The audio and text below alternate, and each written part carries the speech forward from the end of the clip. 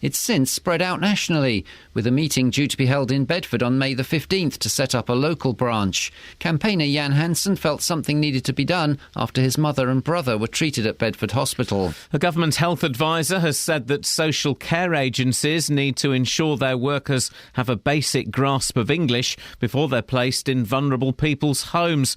Dr. Shireen Hussain says that poor language skills could lead to bad care and abuse. Sometimes, because of problems with communications, things can escalate and can either result in bad treatment for both parties. So we have incidents of care workers being treated badly, and we also see service users feeling that they haven't been treated appropriately, they haven't been understood. The United States is sending a team of military advisors to try to help find 200 schoolgirls kidnapped by Islamic terrorists in Nigeria. The leader of Boko Haram says the girls will be sold. The Court of Appeal has heard that clearer guidance is needed to do not resuscitate orders. It's considering the case of 63-year-old Janet Treacy from Ware in Hertfordshire, who had lung cancer and was taken to hospital after a car crash in Abbots Langley 3 years ago. Her family say they were not consulted when a DNR notice was put on her records. Our reporter Louise Hubble says the key argument concerns her human rights. One of the main pillars of the family's case appears to be that Mrs Tracy's human rights were breached. The court has been told under Article 8 Mrs Tracy should have been consulted because it states that a person has the right to choose how you pass the closing moments of your life. The fire brigade were called to Watford General Hospital yesterday afternoon after a problem with the water supply. The brigade provided a temporary supply with bottled water also made available. In sport, Manchester United beat Hull 3-1 last night. Tonight, Manchester City can move a step closer to regaining the title if they beat Aston Villa at home. The weather mainly dry and sunny this morning. Scattered showers this afternoon, which could be heavy in places. A maximum temperature 18 degrees Celsius. And you can get the latest news and sport online at bbc.co.uk/3 counties. BBC Three Counties Radio's big tour of beds, hearts and bucks. Yeah, I live in Milton Keynes, work in Milton Keynes. It's all about open skies, lines of wonderful boulevard trees. It's all about where you live. So we always come over here for a cup of coffee. 5 minutes away from the city centre, you've got the countryside, but you've got all the London shops there if you want them. And all this week we're featuring Milton Keynes, the big tour of beds, hearts and bucks. BBC Three Counties Radio.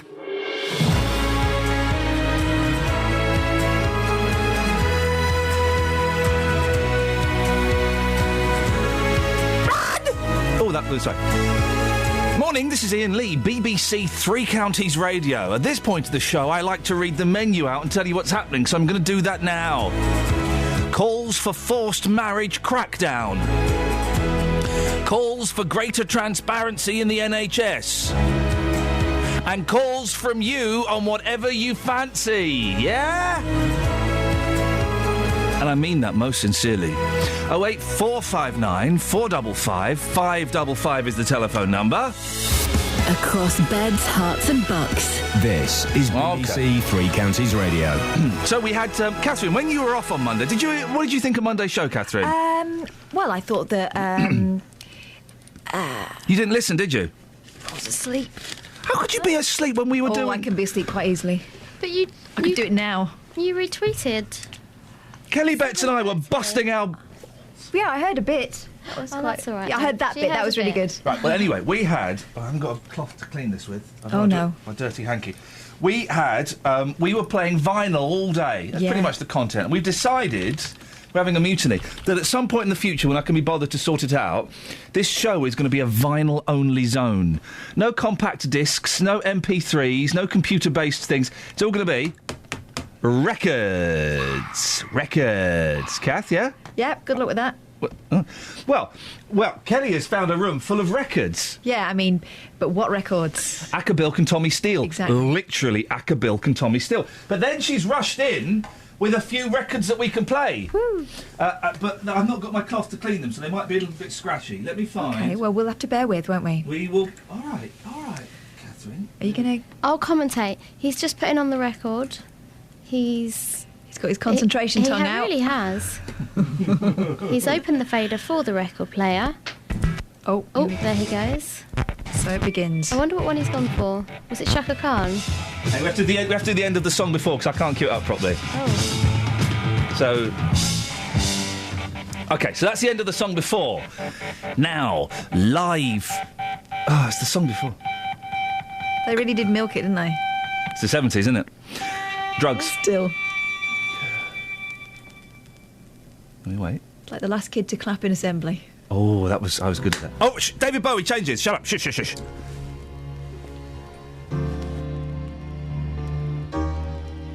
Oh, yeah.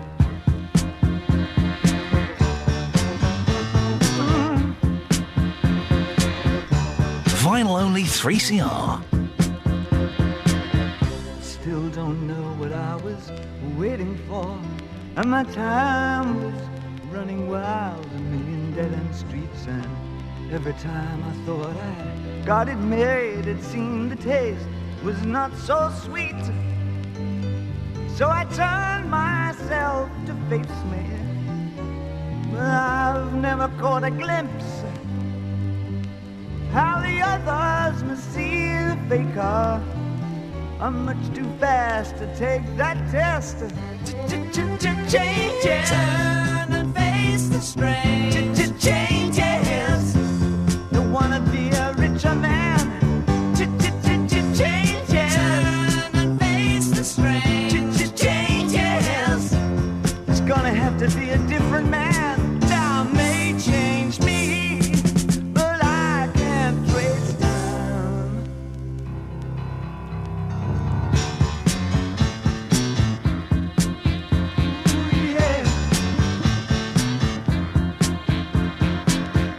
Watch the ripples change the sides, but never leave the stream of warm and permanent sand.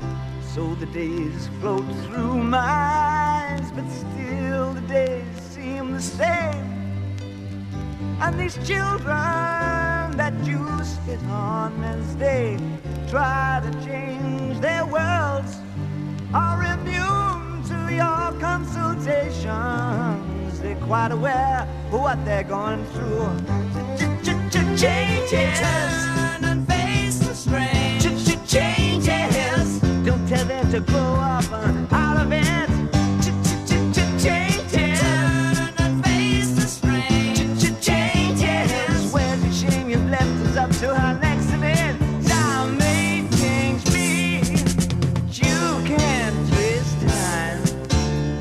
Strange fascination fascinating me. Our changes are taking the pace I'm going through. Changes. Turn and face the strain.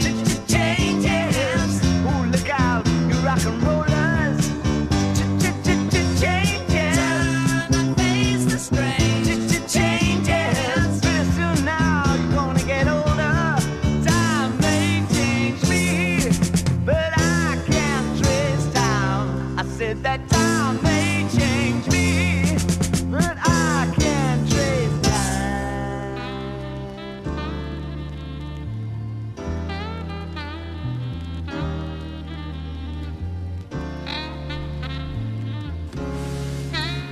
Low levels. That's albums for you. Albums famously have low levels. That's Yes. albums for you. There'll be singles when we go full vinyl. Don't you worry about that, Catherine. Don't you worry. Exciting. 08459 455 555. Now, on to more serious issues. As police continue to search for a missing Luton girl who was placed under a forced marriage protection order in December, campaigners want the law to get tougher on families who make their young people marry against their will. 16-year-old Maria Nicolescu hasn't been at school since the start of last month and was officially reported missing on the 22nd of April. Well, we'll be speaking to Jasvinder Sanghera from Karma Nirvana later in the show. She believes criminalising forced marriage is the only way to stamp out the practice. Well, Catherine Boyle has been looking into this. Catherine, this has been brought to our attention by the disappearance of a local girl. How much more do we know about that? Not an awful lot, and there's not an awful lot more the police can say either. They were only able to release the information for this appeal after getting special permission permission from the courts. We know that Maria Niculescu is 16 and was born in Dublin, and although she is of Romanian descent, she often wears traditional Romanian dress, so the headscarf, the long sleeves, long skirts. She was placed under a forced marriage protection order in December, and she hasn't been seen for over a month now, and Bedfordshire police have a strong suspicion she's left the area with her family, which would be in breach of the conditions of that protection order. What is a forced marriage protection order? They were introduced in 2008, and it was after the high-profile case of Dr. Humaira Abedin. She feared being forced into marriage and was held captive in Bangladesh by her parents. Her friends in the UK notified the British authorities, after which the High Court ordered her to return to the UK. You see, the thing is, the High Court in Bangladesh needs the consent of both parties to allow a marriage to go ahead. So they also ruled that she must be freed. And this happened. Dr. Abedin decided not to press charges against her parents, but those orders came into force. And they're now available to anyone who feels threatened with forced marriage or forced to marry against their will. They can apply for one. It needn't be that person directly, though. It can be a third party, such as a relative, friend, voluntary workers and police officers. They can also apply for a protection order, but that would need to go through the court. Local authorities, though, have slightly different power. They can seek those protection orders for vulnerable adults and children without going through court. Oh, and what does it do? It's supposed to restrict their movement where they can be taken. Usually we're talking about stopping them being taken out of the country. And these FMPOs can also demand that perpetrators stop any intimidation, reveal the victim's location and hand over passports, otherwise they could face imprisonment. Some campaigners don't think this goes far enough, though, do they? No, and that's because anyone convicted of coercing someone to marry in spite of one of these orders could be jailed for up to 2 years, but there's no law in itself against forced marriage, and so it's not a criminal act. Yet, it may well become one, though, as early as next month. We've done this before, haven't we, in relation to girls from Luton? Unfortunately, that's right. Last August, we spoke about this case. Bedfordshire police applied for the mother of a girl to be sent to prison for contempt of court. This was after the 16-year-old daughter was forced to marry despite one of these protection orders already being in place. And at the time, the judge, Justice Holman, said it was vital that these protection orders were given real teeth. So there's a real head of steam behind this one, this push to make it a criminal offence. It can't be more of a criminal offence. It isn't one at the moment. It may be one this time next month. We'll keep an eye on it. It seems odd it's not a criminal offence to force someone to marry someone they don't want to marry. It seems... Well, I mean, as you say, it looks like that's probably going to change, but it seems odd that that's not already a criminal offence. Catherine, thank you very much. I'll see you in about 20 minutes for the papers. Well, you see me through the window in about 2 seconds. I was doing a radio thing. Oh, right, OK, yeah, bye. Unbelievable. 08459 455 555 if you want to have your say on that. I know it's unlikely, but what's your beef? Nothing. OK. I know it's unlikely, but if that's touched your life, you're more than welcome to give us a call. 08459 455 555. What's your beef? I've just taken a call. Oh, yeah, go on. And I said hello through Counties Radio. Well done, as you're supposed to, yes. And I asked the person their name, we had a little chat, and I said, do you want to come on the radio for anything?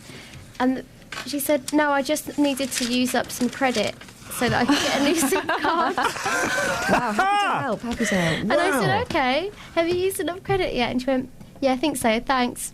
Gosh. Hey, listen, we're the BBC. We can do anything. We can do anything. It does...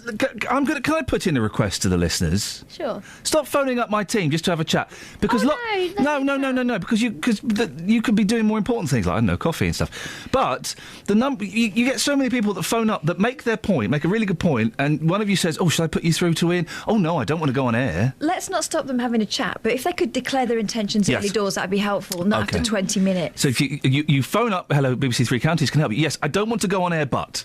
Then we can stop listening at but. Yeah, you go. OK, so let's make that the rule of the day. 08459 455 555. BBC Three Counties Radio. Here's the Travel with Alice. Travel news for beds, cards and bugs. BBC Three Counties Radio.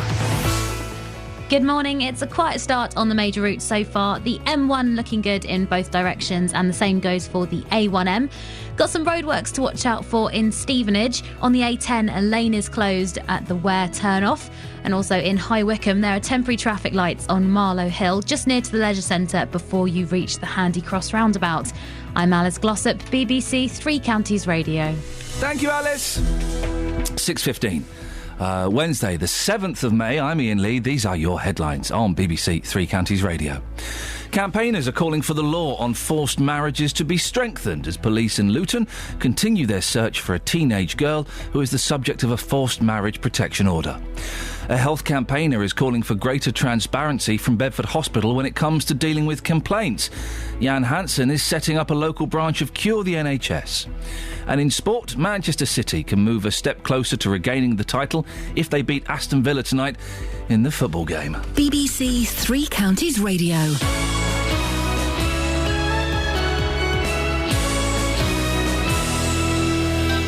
Nick Coffer on BBC Three Counties Radio. How about a bit of murder and death, particularly local murder and death from the 19th century? I mean, one of the crimes in the book, I think there's a potential there for miscarriage of justice. Here until 3 o'clock this afternoon. More great music to come in the next 2.5 hours. Every once in a while, I like a little bit of epic on this programme. Nick Coffer. Today, I'm just outside of Aylesbury at Stoke Mandeville. I'm at Hula, which is an animal rescue centre in the paediatrics ward of the L&D Hospital. I'm in St Albans. Nick Coffer, weekdays from 12 on BBC Three Counties Radio. So yesterday we played a song by Paul Revere and the Raiders, a huge band in America in the 1960s. They meant nothing over here. Today we're playing a song by Paul Revere and the Raiders, a huge band in the 60s in America, but they meant nothing over here.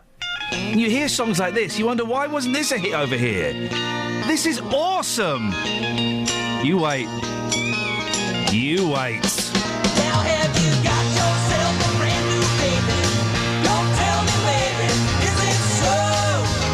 I got to know what's it gonna be. Give up, give up, give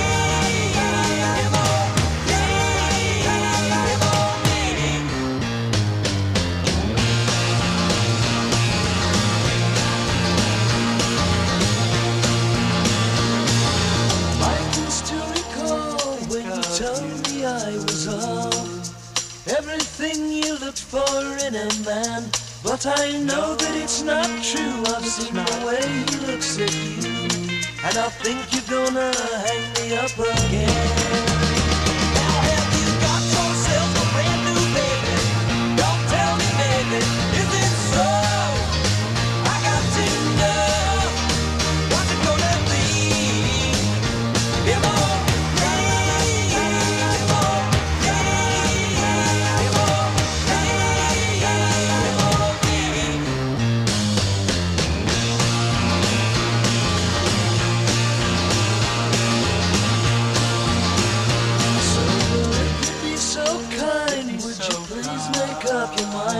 I won't share your loving with another man. And if you see things my way, could you let me know today? But if you decide it's him, I'll change my plans. So now you got yourself a brand new baby. Don't tell me, baby, is it so? I got to know what's gonna be. Give up, give up.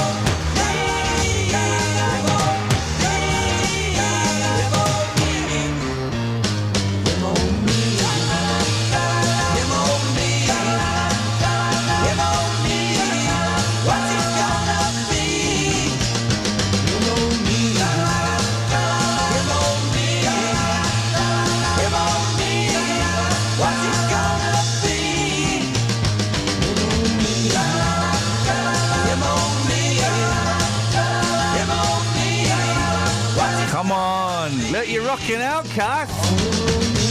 Yeah? It's very bouncy. It's bouncy, isn't it? They're bouncy. These are the fellas that dress up as soldiers from the American War of Independence. Yeah. And then they bounce while they're playing. You think Lady Gaga dresses weird? Go and look up Paul Revere and the Raiders on YouTube. Man, those guys was nuts. What if they took drugs? No. No. When was it? The 60s. No. No, not in the 60s. No, never. Now, a group of people are getting together to push Bedford Hospital to be more open when it comes to complaints. The new local branch of the national campaign Cure the NHS is being set up by Iain Hansen, who joins me now. Morning, Iain. Good morning, Iain. Iain, what made you decide to do this? In the end, out of desperation. I had a personal experience. My family had a personal experience. And it was such a negative experience and such a lack of help coming from the powers that be that we decided to get things done ourselves. Tell me about that experience, Iain. What happened, if you don't mind? Sadly, just over 5 years ago, my late mother was rushed into hospital. She'd been found collapsed at a bungalow. After basic tests, she was admitted to hospital, and she stayed there for a period of 13 weeks. And I noticed from day one, I visited a couple of days after she'd been admitted. I actually live about an hour and a half away from the hospital. But family had been with my late mother all over the weekend. I visited on the Monday, and the first meal time that came around, my mother was not offered food. And bearing in mind she had been taken in because of malnutrition, I was quite shocked that actually happened. And I watched over 13 weeks. I kept a diary from day one, and I can't believe the number of negative experiences I personally... Why wasn't she offered food, Iain? I never ever did get an answer for that. Everything was kept very polite. I approached the male nurse that was on the ward at the time, and I said, "Excuse me, but you haven't given my mother any food." And what struck me was that his initial response was to look at a bit of paper. Because her name wasn't on the list, he said, "No, name's not on the list," and walked away. Wow, gosh! And I was shocked by that, because my first response would have been, "Wow, this elderly lady, she's really not very well. She's very weak, suffering from malnutrition. We've got to get some food into her." So you had that. You had other instances where you felt that Mum wasn't being treated well enough. I'm assuming you complained to the hospital, Iain. What happened there? Well, I've heard this time and time again. The position you're in, when the loved one is in hospital, you just want that loved one to get better and get out.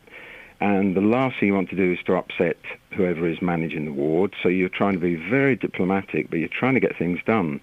Now, often there's so many things going on in a ward, you don't want to take people's attention away from what they're doing at that present time. So very diplomatically, I spoke to various people within the hospital, trying to make sure this didn't occur again, and that she got her she was actually prescribed medication, and I noticed very quickly that it wasn't actually being given.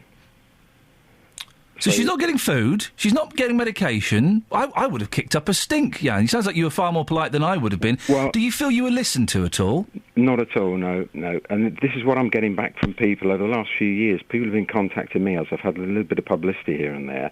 But the bottom line is families feel as though they've been fobbed off. Mm.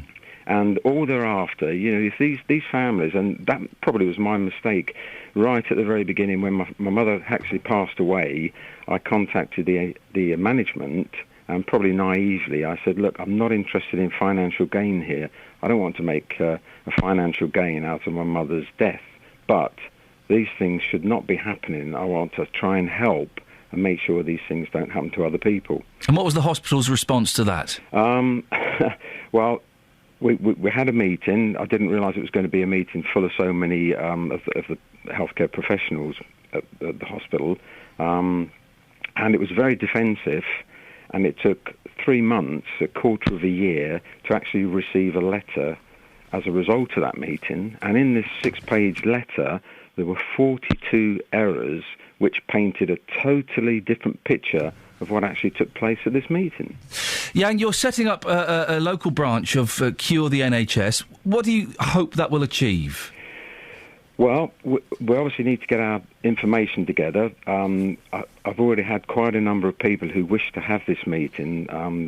We've decided we're going to have a meeting, an open meeting, and I think beyond any doubt we can show that management-wise, people are burying their heads in the sand, and they're almost in denial that there has been, and there's a problem there. So we're going to get our information together. We will be having legal advice on the best way to proceed, and we realise, the odds are stacked against us. Just to give you an example, the Mid-Staffordshire crisis, which was obviously the most major crisis this country's ever had, out of 13,000 written patient complaints, and it's quite quite distressing, actually, putting these written complaints together. You know, you have to go through everything on paper. You send it into the healthcare ombudsman, and out of 13,000 written complaints, they only investigated 224. Yeah, and final question, and I hope this doesn't come across as being insensitive, but there will be some people thinking this. Is this about compensation? This has never entered my mind, and as I said from day one, I'm not interested. The most important people in all of this, the number one priority is the patient, but very closely behind is the staff. You know, the staff are being neglected, frontline staff, and there needs to be systems put into place which are much more open and to actually support the frontline staff, and they will give a much better service to the patients, and then it's a win-win situation. Yeah, and thank you very much indeed.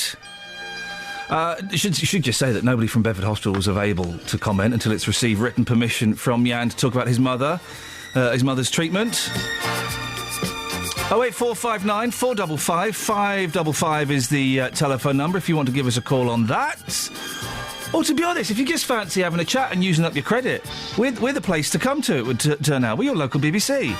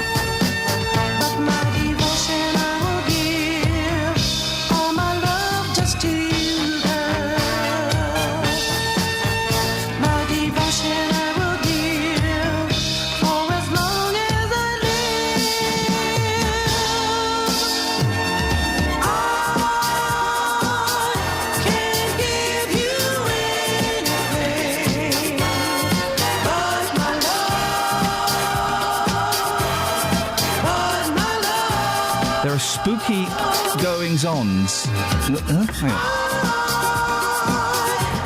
Yeah, there are spooky goings-ons. No, listen. There are spooky going-ons. Did you hear that? Did you hear that? What on earth is going on here? There are bangs, there are screams. This is not... OK, I'll go and have a look. Travel news for beds, cards and bugs. BBC Three Counties Radio. On the speed sensors, the M1 London bound are starting to build up now between junction 10 for the Luton Airport Spur Road and 9 for Redbourne. Also, the A5 northbound looking a little slow in Dunstable just after the Luton Road as you head towards Houghton Regis. Public transport has no reported problems. I'm Alice Glossop, BBC Three Counties Radio. Across beds, hearts and bugs. This is BBC Three Counties Radio.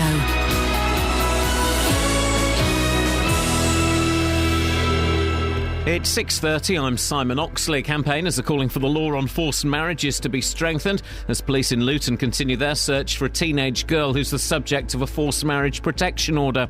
16-year-old Maria Nicolescu was placed under an order in December but was officially reported missing on April the 22nd. A health campaigner is calling for greater transparency from Bedford Hospital when it comes to dealing with complaints. Iain Hansen is so unhappy with the treatment his mother and brother received from the hospital, he's setting up a local branch of Cure the NHS. And a government health advisor has said that social care agencies need to ensure their workers have a basic grasp of English before they're placed in vulnerable people's homes. Three Counties Sports. BBC Three Counties Radio. Manchester United beat Hull 3-1 last night with 2 goals from 18-year-old James Wilson on his debut, prompting this speech from interim manager Ryan Giggs. You've seen a little glimpse of the future, and this is what this club's about. We never stand still.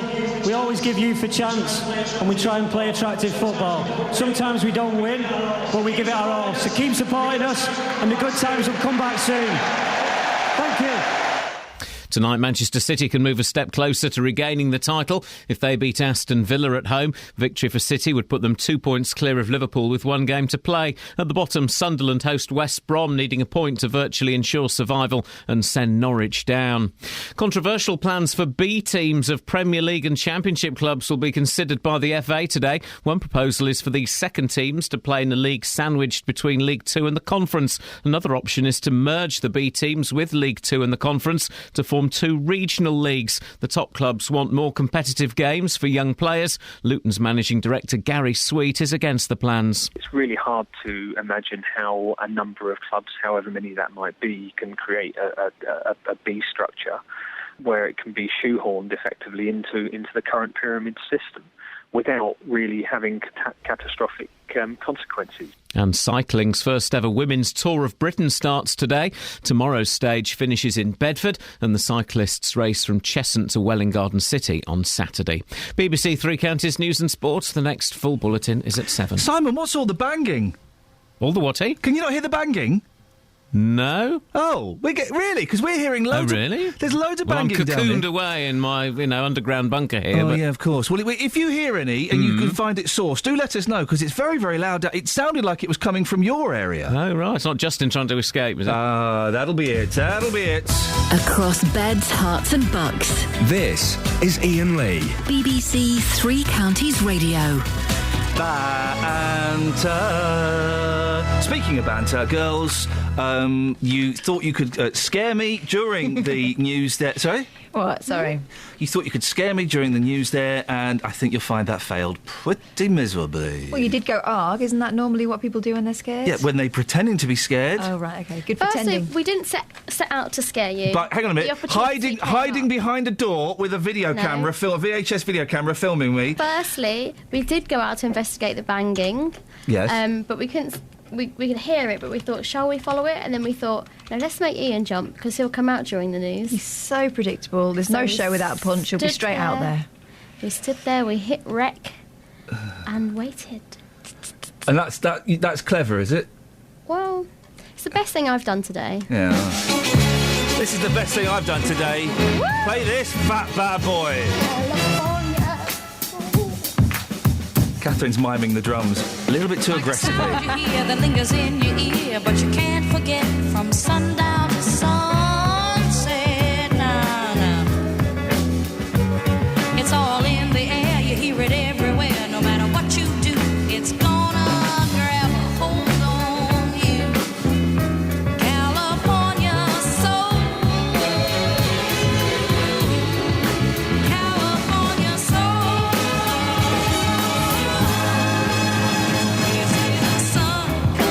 Up every morning,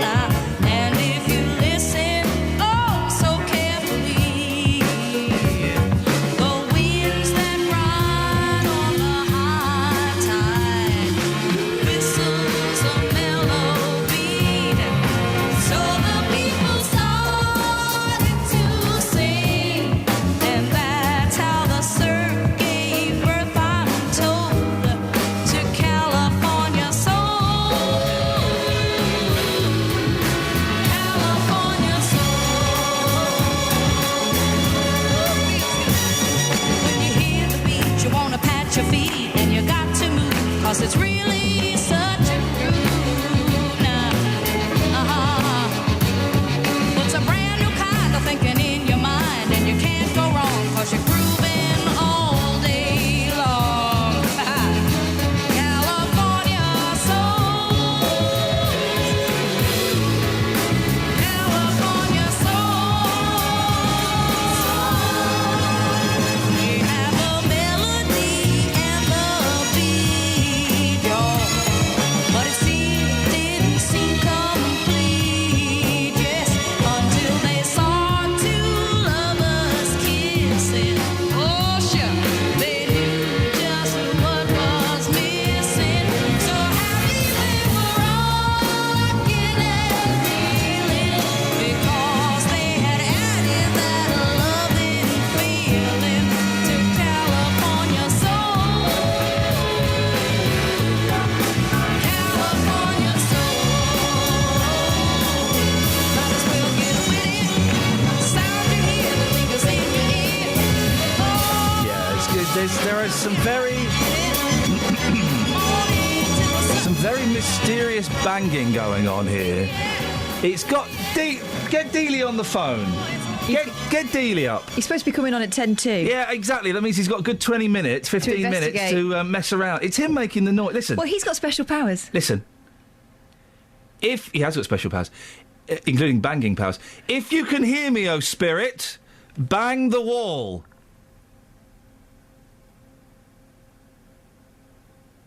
Oh, maybe it's not Dealey then. No, hang on a minute. How would that prove it was Justin or not? What a ridiculous position to be in. You say ridiculous, but how many series of Most Haunted were there? Again. Oh! Is that coming out on air? Yeah, yes, it must be. Can you hear that, Steve? I can hear that. You can hear the banging? I think you got Justin locked in a cupboard. Well, we've tried. He enjoys that a little bit too much. I'm suspicious. Oxley, or as we like to call him, Mr. Oxley, knows nothing about it, and I believe him. He's an honest, down-to-earth kind of guy. He's the news. He doesn't lie. He's the news. The news cannot lie. Hang on, we're the BBC. The news lies all the time. What? But Dealey, I don't trust Dealey in the slightest.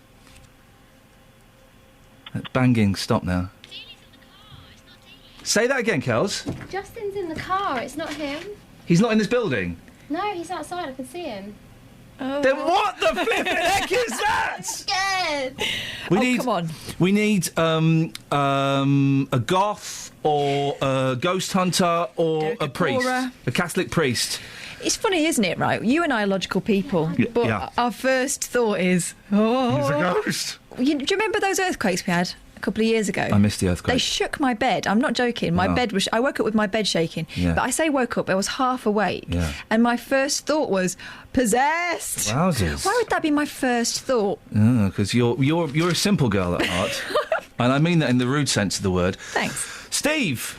Do you want to go through some of the papers with us? Yes, why not? OK, front page of The Sun. Halal secret of Pizza Express. Pizza Express is a classy pizza joint. Is serving only halal chicken without telling customers. All 434 outlets use just meat from birds whose throats are slit while alive in line with Islamic law. But menus make no mention. It comes after some Subways ditched bacon outlawed by Islam. Thoughts, Steve? It's another place I won't be going to eat then. Does it bother you? Does it bother you that much? Yes. I don't want to eat halal meat, and and especially when they don't tell you that you're eating halal meat, I think it's disgusting. Why? That's interesting. Okay, because listen, I am new to the world of meat eating. I'm still meating. That's what I say instead of meat eating. It saves time, although I have to explain it every time, and it extends the time inordinately. But I'm new to the world of meat eating. As far as I'm concerned, it's being killed. I'm not sure I'm that bothered by the way it's being killed. Yeah, but it's being killed slowly, isn't it? Not with just a bullet through the head to kill it straight out. Well, I've heard a lot of discussion on this recently. Those who are fans of halal meat say that actually it's the more humane way to kill it. That once you slit its throat, it's no more signals are being sent to the brain. No, I think I'd rather a bullet through my head than someone slit my throat. Catherine, which would you prefer, a bullet through the head or someone slitting the throat? I mean, I'd rather neither, but if I had to... You had to, yeah. In this if they were holding scenario, a gun to your head, which would you go for? gone. Yeah, I think you're right. Okay. 08459 455 555.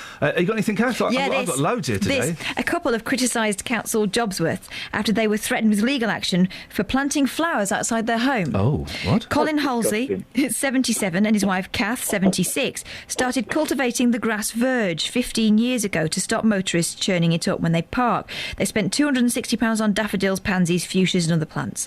But a council official told them the gardening is a criminal offence because they planted without permission. Oh, dear. I've noticed some places where I live, the gardens are starting to creep over into what was just grass. I hate daffodils. Why? Pointless flowers. They're jolly. No, they're not. They're jolly for about... they last for about 12 minutes, and then they're gone, and then that's it for the year, and then they come up next year and go, I forgot there were daffodils there. Hate them. Oh. You're with me on this one, aren't you, Steve? I'm not, but the missus is. She hates daffodils. Rubbish. Hang on a second. Justin? Morning, boss. Where are you? I'm in the car park. Prove it. Would you want me to beat my horn? Yeah. Can you do that now? Is it 6:30? Yeah, 6:41. There you go, sir. OK, right, now be quiet. I just heard another one. What, this banging? Kells is getting genuinely scared, aren't you, Kelly? I am, because I'm in here on my own. Come on, guys, come on. But what? Friendly ghost in the building. Our radio station was built on an old cemetery, and there are ghosts in the building. Absolutely true. Years and years ago, God, we're moving. Yes, on Halloween, I had the Ghostbusters live in our studio for a late night programme, and they did say to me, in the basement, it's not where you are right now. We've got, what, 3 or 4 floors? 3 or 4 floors? How many was it? 3 or 4 floors we got? We've got 3. Okay, we've got 3 floors. In the basement, there are ghosts down there. I went on one of those walks as well. We do it every now and again here. She said, rolling her eyes.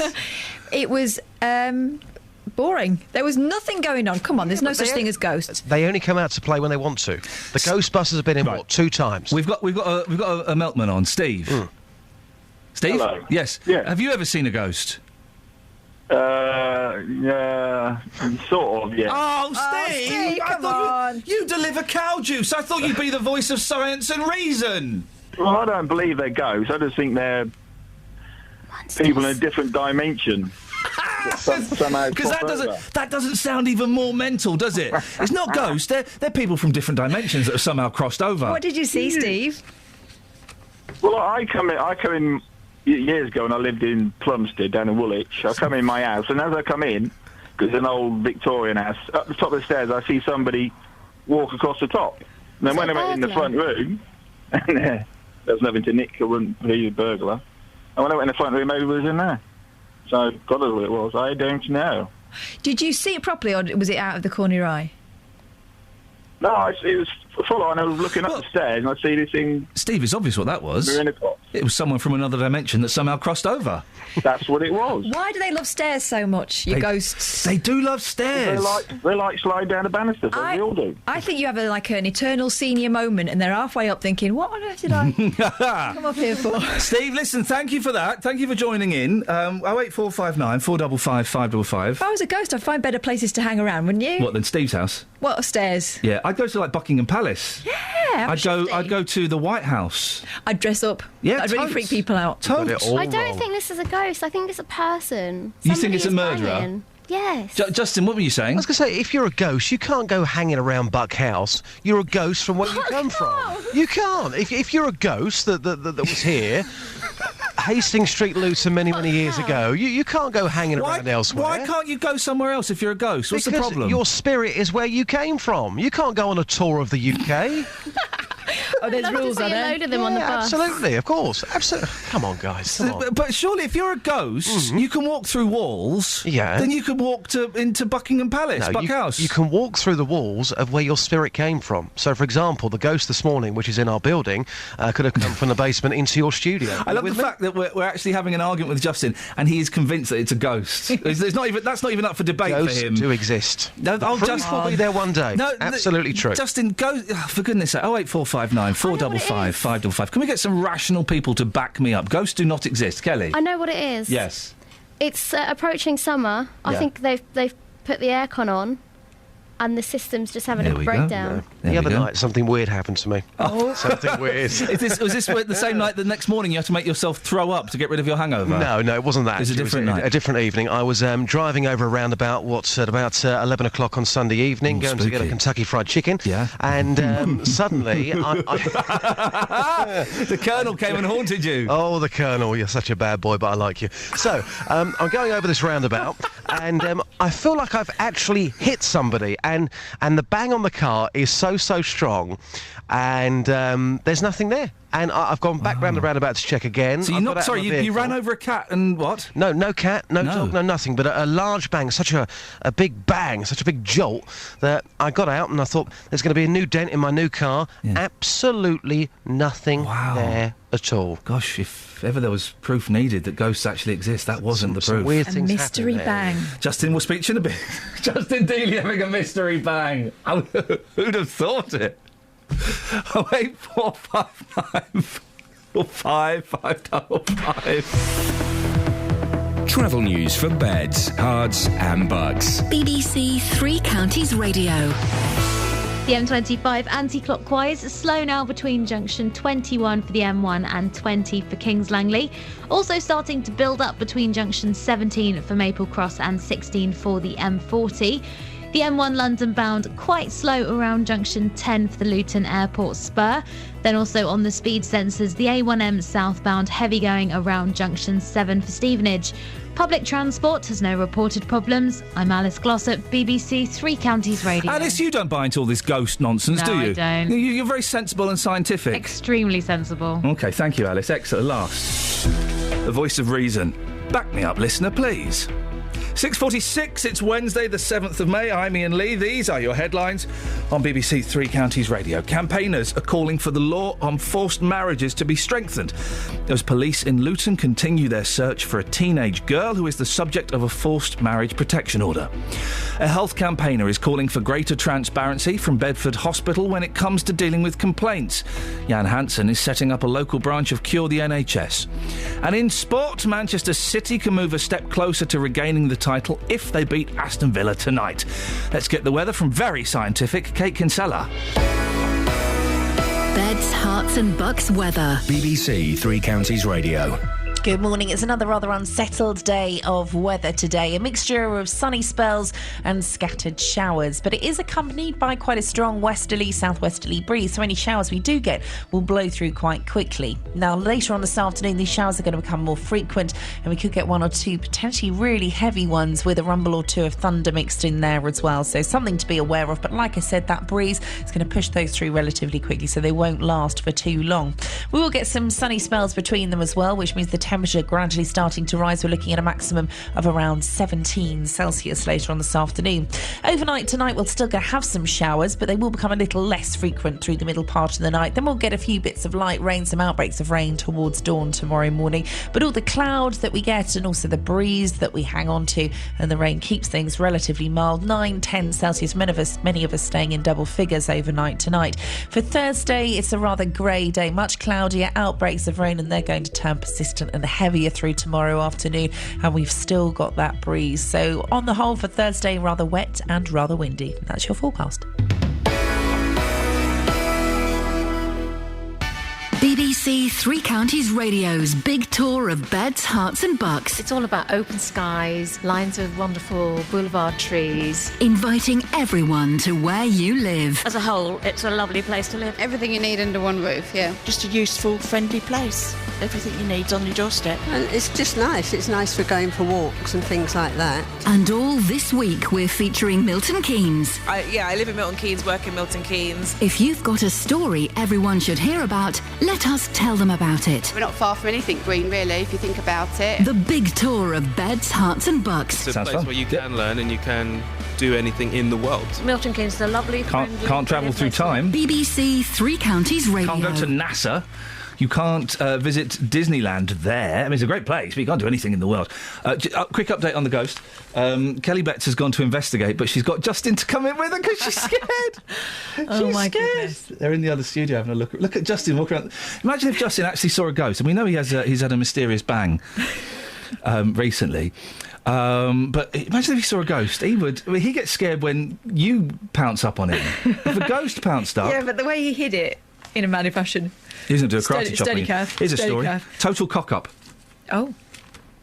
Oh, I shouldn't have said that. Total cock-up. Docs give patient a vasectomy by mistake. Is that what it does actually mean? A surgeon has been suspended after a patient was mistakenly given a vasectomy. The victim, who's not been named, was supposed to be having a routine operation for a urinary infection. The patient is now waiting to discover if he'll ever be able to have children. God, imagine that. You wake up, has my urine infection gone? It's still a bit sore when I pee. Oh, you were the urine infection guy. I'm so sorry. You won't be having any more children. Oh, dear. And then can I give you one more? There's a sexy story here on the same page. Smoking hot Ellie. It's a picture of Ellie Goulding smoking a cigarette. Sexy Ellie Goulding lights up a holiday beach by flashing an eye full of side boob as she smokes a cigarette. The singer, 27, relaxed in a daring cosy on a Miami beach during a break on the US leg of her tour. She later wore a white bikini top and shorts and held a drink in a whiskey tumbler. That may have been another Miami Vice, but she still looked Miami nice. Do you want the translation for that? Yeah. Girl in cosy smokes fag. Why would they put that in the papers? It's not a sexy photo. Isn't that... Why? No, it's a girl with no makeup on, having a fag on a beach. I mean, if that's sexy... They're doing that now, aren't they? Yeah, they're doing that, because it's a different bang altogether. We know you're doing it, idiots. Yeah, they stopped now. They've grown up. Go on, what else you got?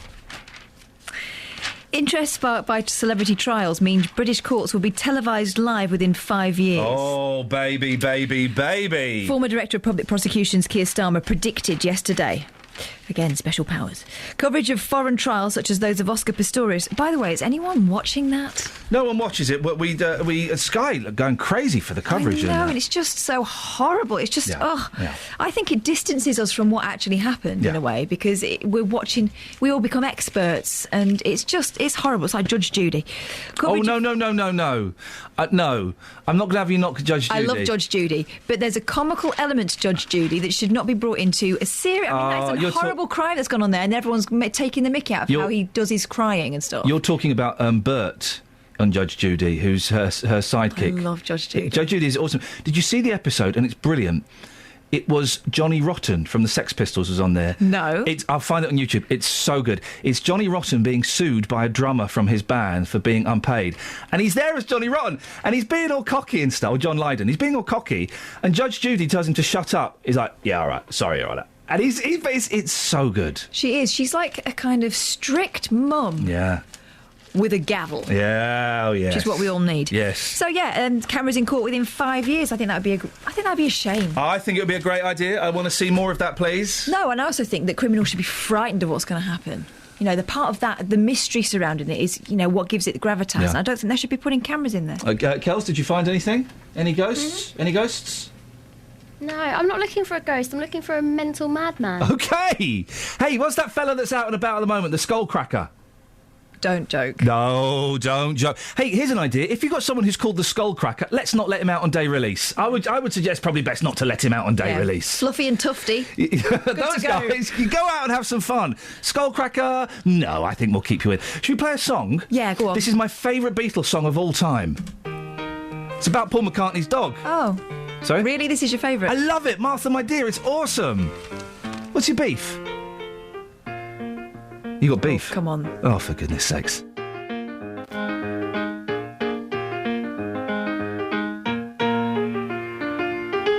Martha, my dear, though I spend my days in conversation, please remember me. Martha, my love, don't forget me. Martha, my dear.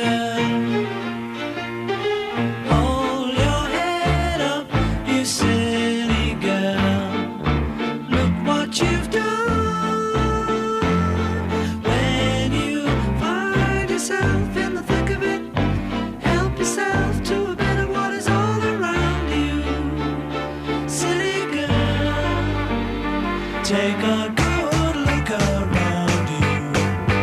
Take a good look, you're bound to see that you and me were meant to be with each other. Silly girl.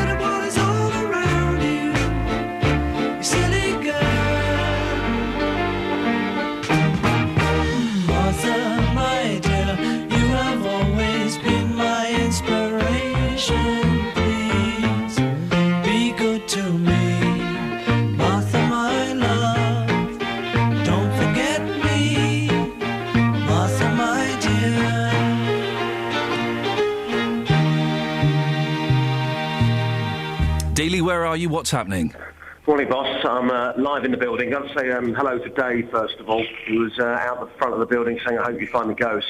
I'm down in the basement right now, and I can actually confirm, hand on heart, I promise you, this banging noise that you're talking about is coming from the basement, where we have proof that ghosts do exist. So I'm just saying. Hang on. What proof have you got that ghosts exist? Well, we had the Ghostbusters in with their equipment. The Ghostbusters in with their equipment! The thing is, he believes this! What equipment did they have? Did they have the flashing thing and the thing with the meter? Yeah, they held the meters. Yeah, they get those from Maplin's. No, it was going very, very hot, very, very cold, and we have proof that the ghosts do exist. At the moment, yes. The banging has stopped. But when I came down these stairs, I'll be honest with you, I didn't actually go into the basement because I was actually scared. When I came down the stairs, the door here, the door to the basement, was shaking. You were shaking? It was shaking, and it was making such a loud noise. I've never ever seen that before, so I ran upstairs and tried to use you as a bit of a safety blanket. Don't know why I was thinking that, but I was going through a bizarre situation. I'm assuming, of course, Justin, being a BBC reporter, you filmed the door shaking. Well, no, because I came downstairs. I came downstairs just to investigate, to have a quick look. Kelly Betts, your producer, wouldn't come with me today. So when I came down the stairs, I heard the noise and the door was moving, and I just ran. There was no time to call the Ghostbusters. Stop going about the Ghostbusters! Or no time to get a video recorder out, VHS style. I just ran up the stairs. This, I can tell you right now, is genuinely quite scary. He's doing his voice when he does a serious report. Sincere voice. Seriously, Ian. The banging hasn't happened for a while. Yeah, They've got what they wanted. And I'm thinking it is the pipes. They've put the aircon on. The aircon's always on. Well, Yeah. why would the door shake? I think, I haven't experienced this before. For some reason, the ghosts here have got a bit egotistical, and they're looking for some sort of name check on the radio this morning. Okay. Well, remind us, Justin, you've recently had a mysterious bang in your car on Friday night, didn't you?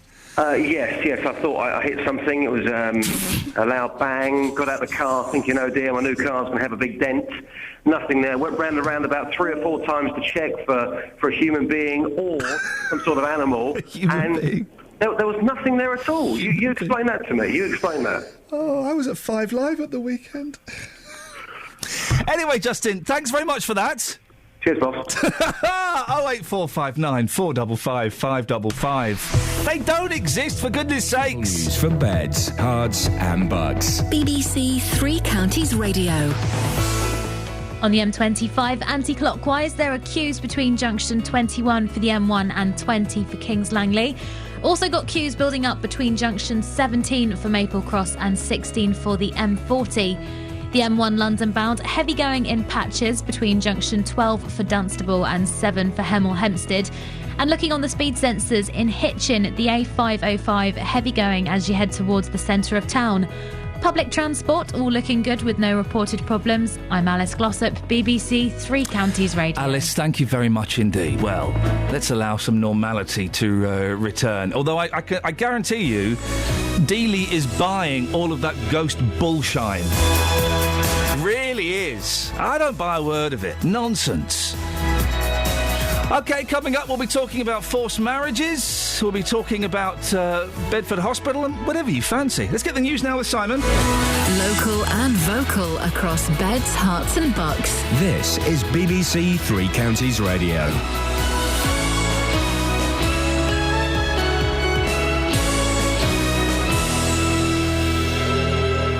It's 7 o'clock. The headlines: calls to strengthen the law on forced marriages. Campaigner wants greater transparency at Bedford Hospital. And government advisor says care workers should speak better English. BBC Three Counties Radio. Campaigners are calling for the law on forced marriages to be strengthened as police in Luton continue their search for a teenage girl who's the subject of a forced marriage protection order. 16-year-old Maria Nicolescu was placed under an order in December but hasn't been at school since the start of last last month and was officially reported missing on April the 22nd. She is of Romanian descent. It's thought she may have left the area with her family, which is forbidden under the protection order. A health campaigner is calling for greater transparency from Bedford Hospital when it comes to dealing with complaints. Jan Hansen is so unhappy with the treatment his mother and brother received from the hospital, he's setting up a local branch of Cure the NHS. I've already had quite a number of people who wish to have this meeting. We've decided we're going to have a meeting, an open meeting, and I think beyond any doubt we can show that management-wise, people are burying their heads in the sand and they're almost in denial that there has been and there's a problem there. A government health advisor has said that social care agencies need to ensure that their workers have a basic grasp of English before they're placed in vulnerable people's homes. Dr. Shireen Hussain says poor language skills could lead to bad care and abuse. Sometimes, because of problems with communications, things can escalate and can either result in bad treatment for both parties. So we have incidents of care workers being treated badly, and we also see service users feeling that they haven't been treated appropriately, they haven't been understood. Plans which could result in the closure of 3 middle schools in Dunstable will be discussed by councillors today. A consultation paper says no viable alternative options have been found to the plans to close Ashton, Brewers Hill and Streetfield schools due to falling numbers.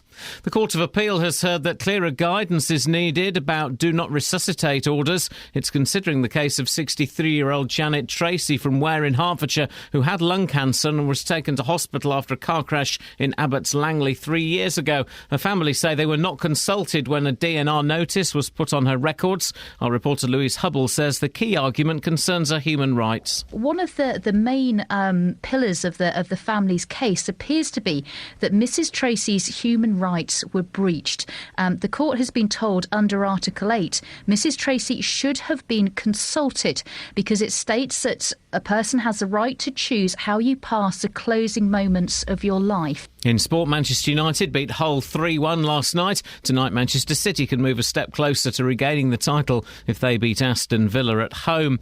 The weather mainly dry and sunny this morning. Scattered showers this afternoon, which could be heavy in places. A maximum temperature 18 degrees Celsius. And you can get the latest news and sport online at bbc.co.uk/3 counties.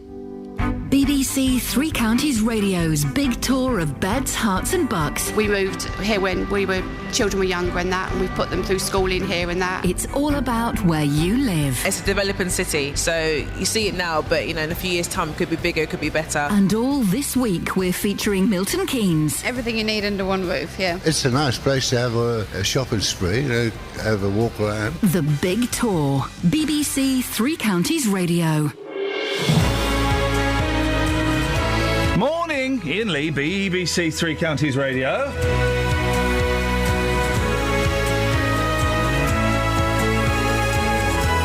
I don't think you people are taking the ghost stuff seriously enough. We've had Mike on Twitter says, oh dear, I feel another rubbish show with the people with their fake equipment popping up on 3CR yet again. Those guys won't be here, don't worry. Not on my watch, my friend. Yeah. Dave in Mallorca, but it's got two L's. Yeah, Mallorca. How would that be? That's a L. No, it's an L-Y. It's a double L, so it's pronounced wa. Mallorca. Dave in Mallorca says, Iain, there's only one way to trace the source of the mysterious knocking. You stay in the well-lit studio with the gun and split the girls up. One to the dusty attic with the creaky floor, the other down to the damp basement with the dripping water and the slight echo. It's the only way. Girls, off you go. I've investigated. And? They're building outside. I also had a slightly spooky text. Yeah. Anonymous. Oh.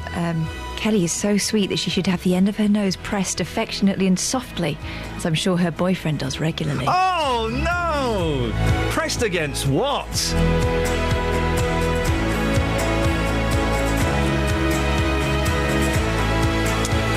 Right, lots coming up on the show this morning. As always, keen to get your thoughts. Calls for forced marriage crackdown.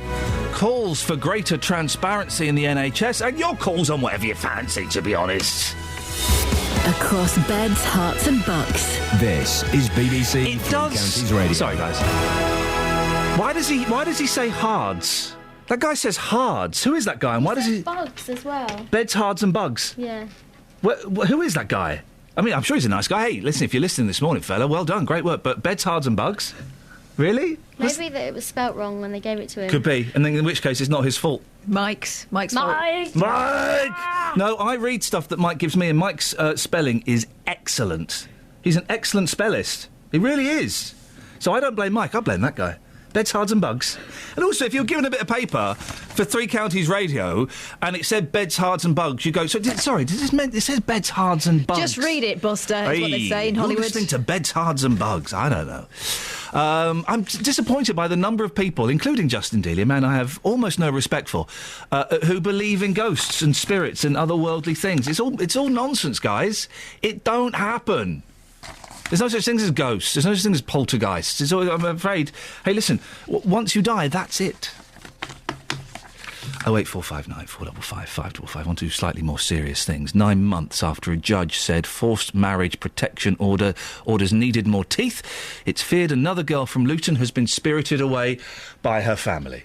Last August, Bedfordshire Police applied for the mother of a girl to be sent to prison for contempt of court after her 16-year-old daughter was forced to marry, despite an FMPO. Well, now police are trying to trace another teenager, 16-year-old Maria Nicolescu, who's been missing for a month. She's been subject to one of these orders in December. Colgit Lally is a solicitor in Luton and deals with cases of forced marriage. Morning, Colgit. Morning, Ian. How common is this? One thing that I'd like to say from the outset is I do believe the law as it exists is perfect. It's about the courts and the judges implementing the law. And I believe that's where the failing is. I don't believe that forced marriages should be criminalised simply for the fact that it's another pressure on this young person.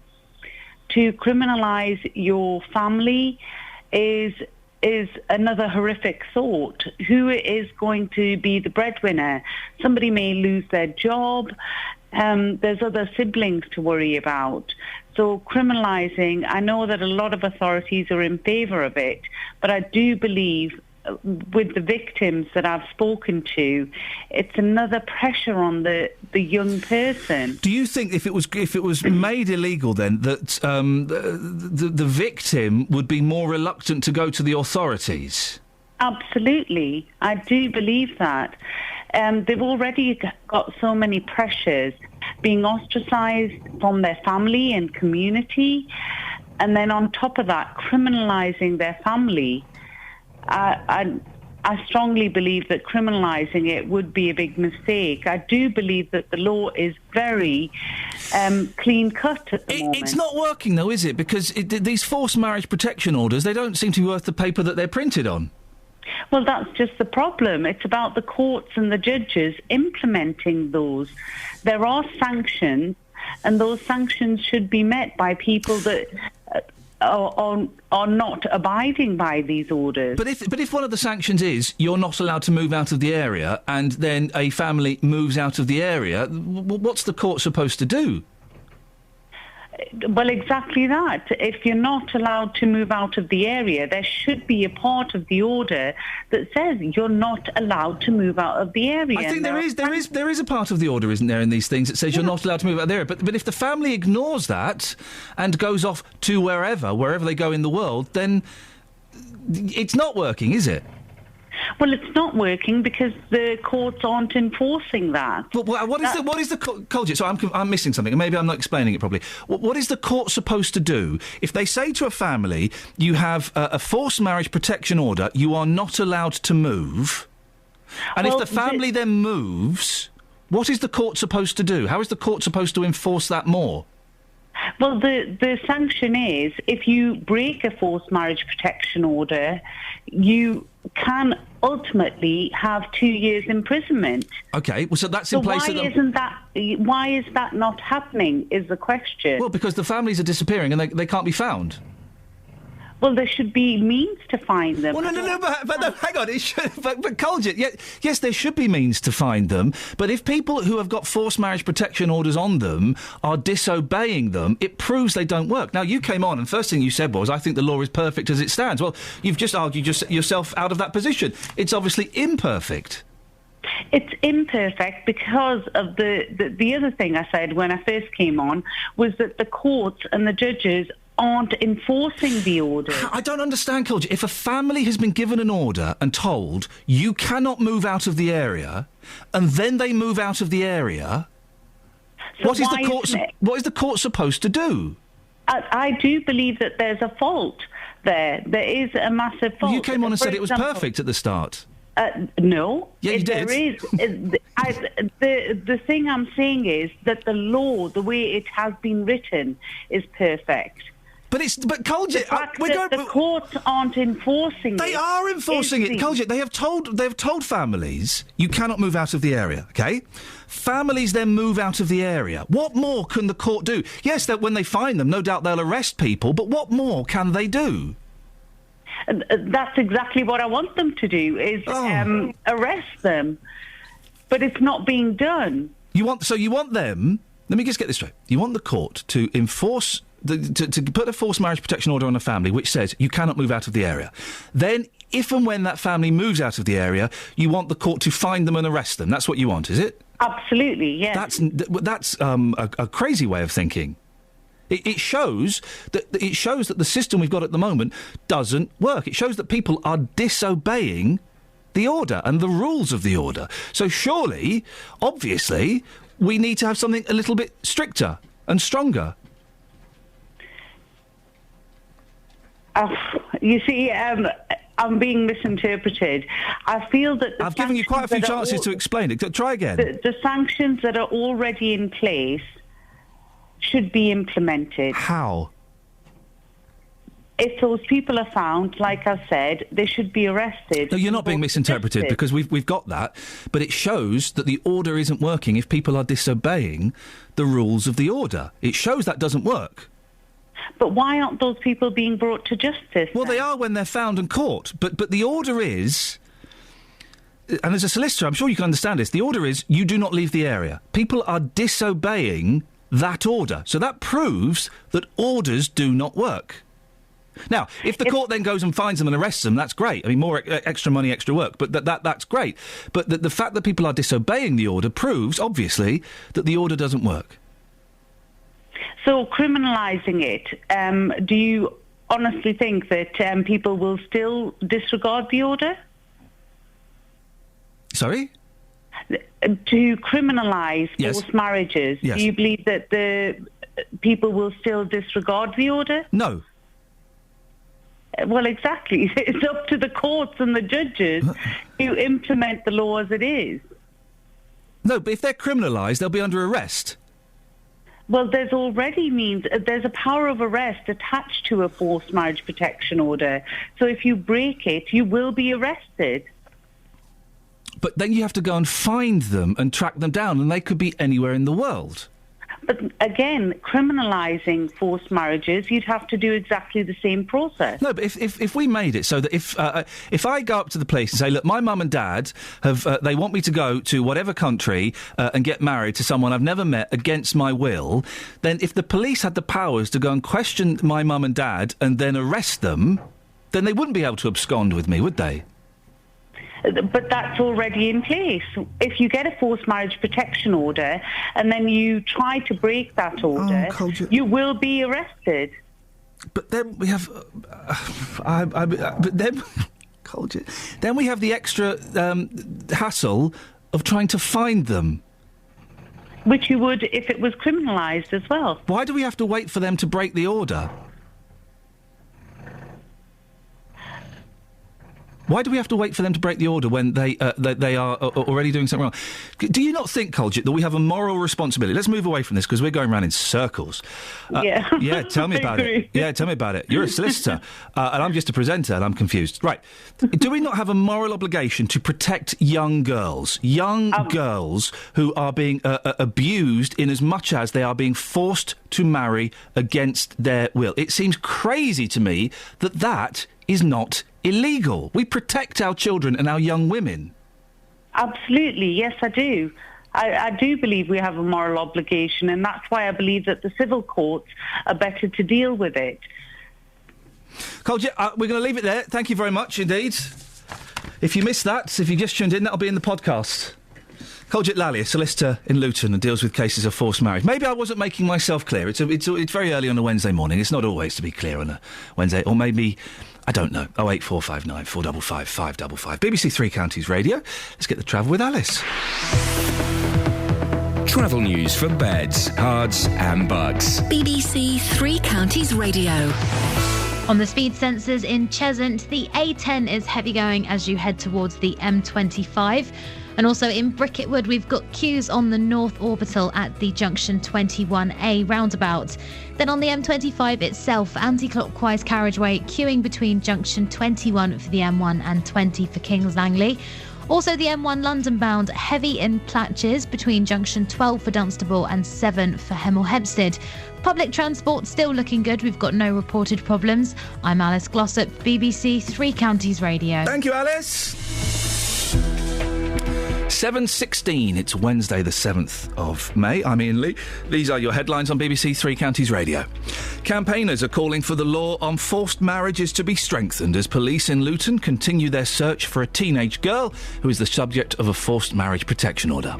A health campaigner is calling for greater transparency from Bedford Hospital when it comes to dealing with complaints. And a government health advisor has said that social care agencies need to ensure that their workers have a basic grasp of English before they're placed in vulnerable people's homes. BBC Three Counties Radio.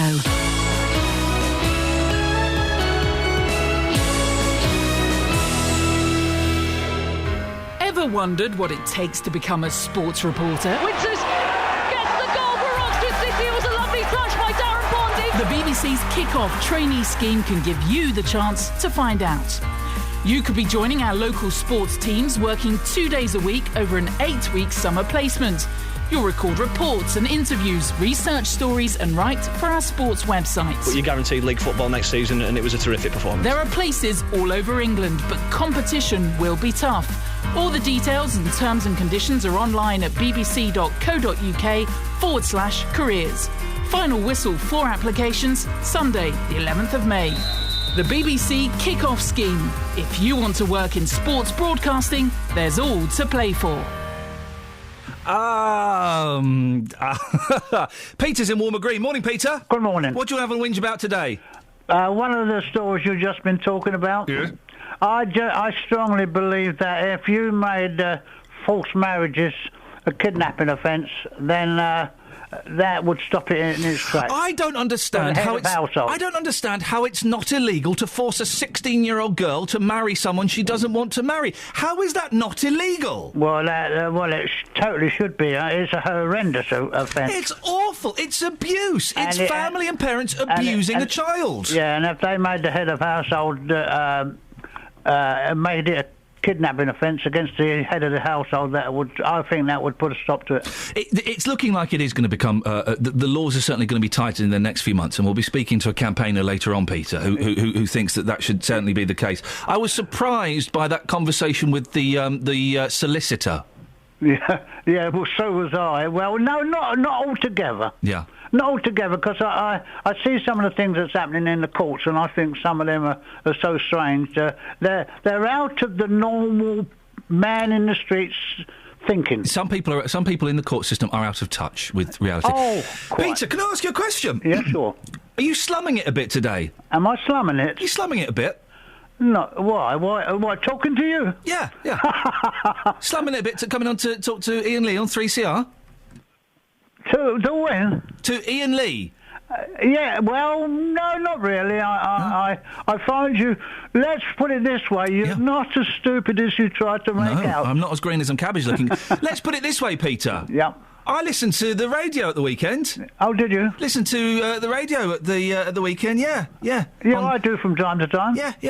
It keeps your brain ticking over. It does keep your brain ticking over, doesn't it? I was very, very surprised to hear on Radio 4. Yeah. Oh yes. Oh yes. Oh yes. And now let's go to our next caller. It's Peter in Walmer Green. Yes, indeed. Yeah. Busted, Peter. You've been busted. You're seeing another radio station behind our back. Well, I'm talking to the gentry there. I got very excited when I texted Kath. I said, "Oh, Peter in Walmer Green's on Radio 4." Yeah, I was thinking of coming and visit one day. Well, Peter, it was nice to hear you. Don't go phoning other radio stations again, all right? Oh, I speak on LBC too. Oh, not those and losers. 5 Live. Oh, Peter, oh dear. Peter, go away. What a tart. Can you believe that? What a tart. I feel so used. I feel terrible. Absolutely terrible. He was banging on about what he always bangs on Radio 4, but he phones up those losers at LBC. Is that station still going? Probably phones up Ian Dale or someone. I'd love to see his phone book. But it's all ours. Radio stations. 2, 3, 4. Oh, bless him. Peter in Walmer Green. Thank you very much indeed. 08459 455 555. A text from Maff in Hanslope on arranged marriages. In connection with forced marriages, maybe the perpetrators should also be charged as an accomplice to rape. It does seem incredible to me. Incredible that it is not illegal to force your daughter to marry someone she doesn't want to marry. Now, the trick is, how do you prove it? OK, well, yeah. But it seems incredible that that's not illegal. And the solicitor we just spoke to, first thing she said was, I think the law's perfect. And then when the imperfections in the law were pointed out, argued that the courts needed to do more. Well, hang on. If you want to have your say on that, 08459 455 555. Now, a new branch of a national campaign group is being set up by a group of people unhappy with treatment they and their families received at Bedford Hospital. From next week, Cure the NHS will have a base in the town and is vowing to push the hospital to be more open when it comes to complaints. Their consulting solicitor, Emma Jones, from Clinical Negligence Lawyers, Lee Day. Morning, Emma. Morning. What brings you to work with Cure the NHS Bedford? Well, we were heavily involved with Cure the NHS, which was set up by Julie and Ken, that looked into what happened at Stafford, and we've been involved with other Cure organisations. And so I think Jan spoke with us because of our involvement with Cure organisations in the past. You're not suggesting that the situation in Bedford is as bad as mid-staffs, are you? No, not at all, or not from the evidence that we've seen. What we have seen is that there are people giving us accounts of their loved ones or themselves receiving treatment that is seen to be substandard, and they're just asking us, what can we do? How can we make our voices heard? And what will you be doing to help them, Emma? One of the things that we found with working with other Cure groups is that the community voice is a voice that's much stronger than the individual voices. And basically it brings the issues, hopefully, to the attention of those in charge and those that are facing the issues on a day-to-day basis at ground staff level. And how do you do that? We meet with people share their experiences. They may be complaining as individuals. We enable them to complain and put complaints forward as a group, and we can assist with identifying similar issues that might have arisen during in a number of the cases, possibly during the same time period, possibly on the same wards. So is there an element of compensation in this? If the person is a patient or their loved one has been a patient and they have suffered treatment that is so poor it's considered substandard, and in some cases we would argue has breached that person's human rights, then yes, there could be an element of compensation to award them for the injuries that they suffered whilst they were a patient. And so how is this working for you? Are you being paid a flat fee, or are you kind of just waiting until you find some cases that you can take to court? We would act on a no-win, no-fee agreement, which is basically if we would investigate the claim, if there is nothing in the claim, or if it's an account that's not suitable for litigation, we would advise that person, and if the claim is suitable, then we would advise the individual accordingly. Because there will be some people, Emma, who are surprised that this isn't a completely altruistic effort on your part, and that you're there ultimately to make money. It's about what people in the community want. If people for them, obviously, but for you from the clinical negligence lawyers, it's about money, isn't it? It's about enabling people to have the experience that we've gained over working with cure groups in the past to ensure, hopefully to ensure, that they get the answers that they need. And you get money? If we're successful. But there might be some people listening who think it's a little bit unfair and a little bit, I can't think of quite the right word, but it's slightly distasteful for clinical negligence lawyers to kind of be sniffing around a group of people that are quite vulnerable, are quite upset, with the intent of making money. We were approached and asked if we could help. We have the necessary experience to provide help to individuals that would like help. And if they want help, they can contact us. If they don't want help, they don't have to contact us. Is this going to be just one big compensation claim on an already cash-struck hospital? Hopefully, it will be a way in which the issues can be raised. People at the management board can hear the issues, and hopefully solutions can be put in place that ensures that the hospital within the community is a hospital that's safe, and a hospital that people in the community can be proud of. That's all anybody wants. But potentially quite a big cost to the hospital that's already struggling financially. It's impossible to know that at this time. But potentially. Well, it's impossible to know that at this time. Well, you must have a suspicion, Emma, otherwise you wouldn't be involved, would you? I can only talk about the individuals that have approached us. I don't know what's happening in the community. And do you think they've got strong cases? On the accounts that we've been given, yes, it does seem to me that people have suffered pretty bad treatment whilst they've been patients at Bedford Hospital, and that's what we're looking at, and we're looking at trying to establish what those issues are. Are there any connections to those issues? Are there any things that can be done that isn't going to cost a hospital a great deal of money to try to ensure that those issues are resolved? Thanks very much for that. That's Emma Jones, Clinical Negligence Lawyers Lee Day is who she works for. I always struggle with compensation claims against hospitals. Right? Maybe you can help clear this up for me, because I don't know. 08459 455 555. If you've been wronged medically, then I guess there is... You have a kind of a right to be compensated. What the flipping heck's going on? Is it? You have a right to be compensated. Maybe help me with this, Kath, because I struggle with this. I think if something's happened that's rendered your life unlivable without specialist equipment, or you can't work anymore, you are in financial hardship as a result of something someone's done wrong, then compensation is in order. Is that you? Yes, if you have to buy specialist equipment, if you lose work, then yes. If you were in hospital for a couple of weeks longer, or the doctor's messed up, but it hasn't really affected your life, I don't think you should be able to claim then. I can't put it into words. I can't verbalise it, but I do struggle slightly with the concept of suing the NHS, because A, it's my money that you're getting out, and B, you get it free at the point of contact, and C, there's something that just... I haven't got an argument for it. It just feels wrong. Now, that's not to say that I wouldn't do that if something happened to a member of my family. Maybe it's because my father-in-law works in the NHS and I can see it slightly differently. I don't know. It just feels morally wrong to sue the NHS, and that's the best argument I've got. I can't back it up with fact or with figures or with personal experience. That's all I've got.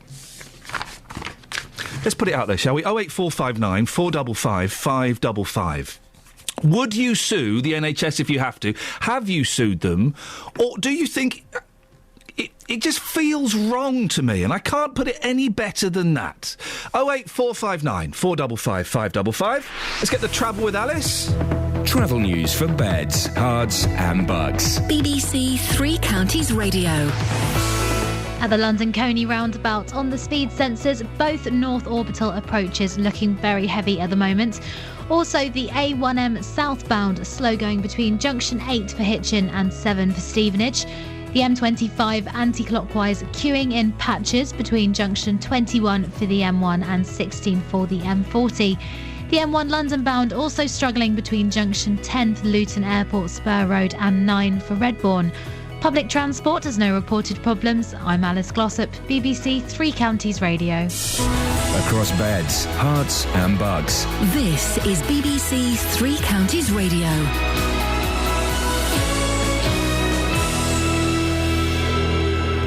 It's 7:30. I'm Simon Oxley. Campaigners are calling for the law on forced marriages to be strengthened as police in Luton continue their search for a teenage girl who's the subject of a forced marriage protection order. A health campaigner is calling for greater transparency from Bedford Hospital when it comes to dealing with complaints. Iain Hansen is so unhappy with the treatment his mother and brother received from the hospital, he's setting up a local branch of Cure the NHS. And a government health advisor says social care agencies need to ensure that their workers have a basic grasp of English before they're placed in vulnerable people's homes. Three Counties Sports. BBC Three Counties Radio. Manchester United beat Hull 3-1 last night with 2 goals from 18-year-old James Wilson on his debut, prompting this speech from interim manager Ryan Giggs. You've seen a little glimpse of the future, and this is what this club's about. We never stand still.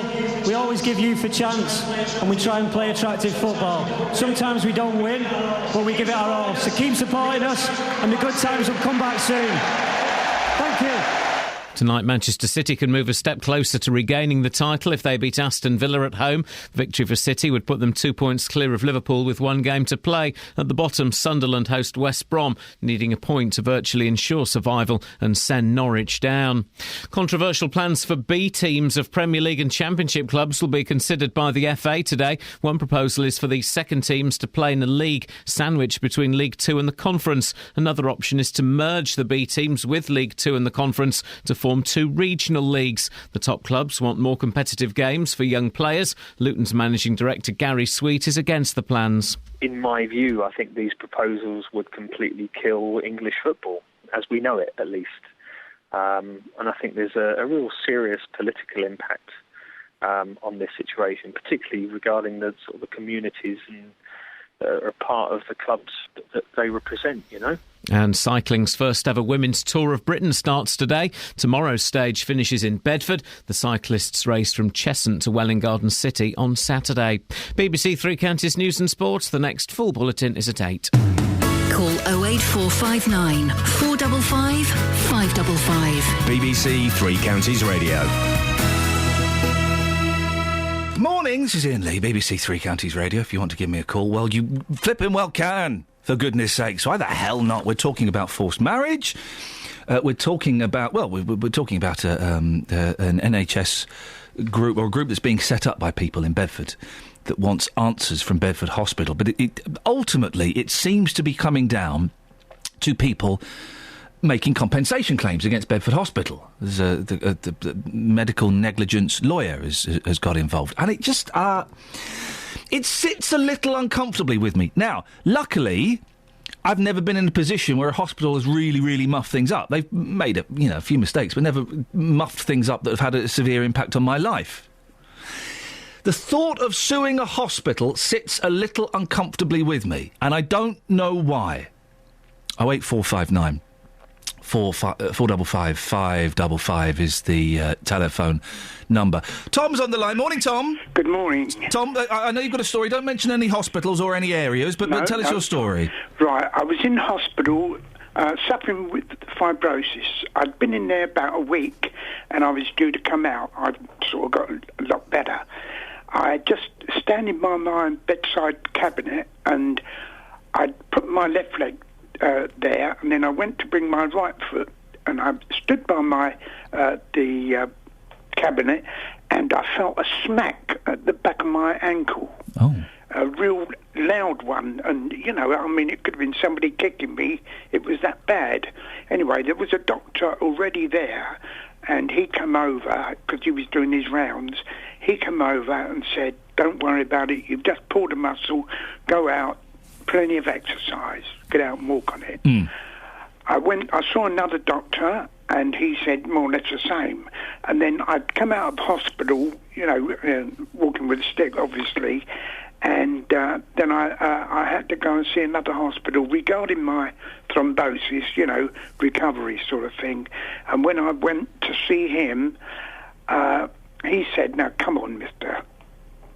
my last name, if you want to really get better, go out and walk on your, Okay, so this is 3 doctors so far that have told you to go and do more exercise on it. Okay. 3 doctors. Anyway, this happened in 2012. After about 6 months, I'm getting my, dates a bit confused. I actually went to my local surgery and said, my ankle's not getting any better. Can I have an X-ray on it? So he sent me for an X-ray. They couldn't find anything wrong. So he then sent me to the A&E department, and they did a scan on my ankle and said that I'd got a severely snapped Achilles tendon. Oh. Now, I was told to walk on it. No. Now, when I wrote to the hospital and, complained, saying about how I'd been treated, and they wrote back and said, the head of the hospital wrote back and said, I didn't display enough pain to warrant any other diagnosis. Now, is there degrees of pain then for certain complaints? I mean, all I wanted was an apology. They wouldn't give me one. Are you going to sue them? Well, this happened, I don't know. I mean, what do I do? I'm 80 now. This happened when I was 78, and I'm now permanently disabled. Are you permanently disabled as a result of what happened to your foot? Yes. So what can't you do as a result of that? Well, I can't walk in it properly. I did go and get a second opinion and at another hospital, local hospital, and they said it was a classic case of Achilles tendon. Now, what do I do? Well, this is interesting. You had 3 doctors who said there was nothing wrong with it. Yes. The 4th doctor couldn't see anything wrong with it, but sent you for an X-ray and then a scan. The 3rd doctor, that was. The 3rd one. The 4th one. Your GP couldn't work out what was wrong himself. Well, no, it wasn't that. I asked him for an X-ray. Okay. But he didn't. He wasn't able to. By you sitting there, he wasn't able to tell you what was wrong. I presume not. No. Okay, I mean, so that's 4 doctors, which would imply, Tom, that perhaps it was a little bit harder to diagnose than you would have liked it to have been. So the only thing I looked at, they seemed to say it's my fault for not going there with more pain. Well, perhaps that would have made it, maybe you're a tough old boot, Tom, and perhaps, if you'd have had more pain, or if you displayed more pain, it would have... Yeah, but it's now left me completely disabled now. What do you mean by completely disabled? Well, I had to have a special boot fitted to my leg that then come down. They took a wedge out. It had 3 wedges in. Yeah. I had to take a wedge out at the time. Yeah. And even that, then they said they couldn't operate on my ankle because I was on warfarin. Oh, okay. Right. I went to another hospital, and he said it was a classic case of more or less Achilles tendon problem, and he operated on my ankle. And fixed it? No. Oh. It's now... I've come to the case now. I've just accepted it. But why? Okay, I've got it. Why should you sue the hospital just because they got it a little bit wrong? If the first doctor had spotted what the problem was, could they have fixed it? Yeah. They could have fixed it? Yeah. How? By putting me straight into a boot so that I didn't walk on it. Walking on it was the wrong thing. Tom, listen, let's put that out there. It's a tough one, isn't it? I think I'm starting to get more of an argument as to why suing the NHS for most parts is wrong, and we are too quick to jump to it. It's because the human body... I can't verbalise it. Doctors are not always going to get it right. Doctors are human beings who are working on the best information they've got at the time. And if 3 doctors couldn't diagnose what Tom's problem was, or diagnosed it incorrectly, it would kind of imply that it was a little bit harder to diagnose than perhaps Tom would have liked. But at the same time, you can understand why Tom... Yeah, oh yeah. You know, he's unhappy. Of course. Not to demean or denigrate Tom's argument in the slightest, but doctors are human beings who are often working on the best information that they've got.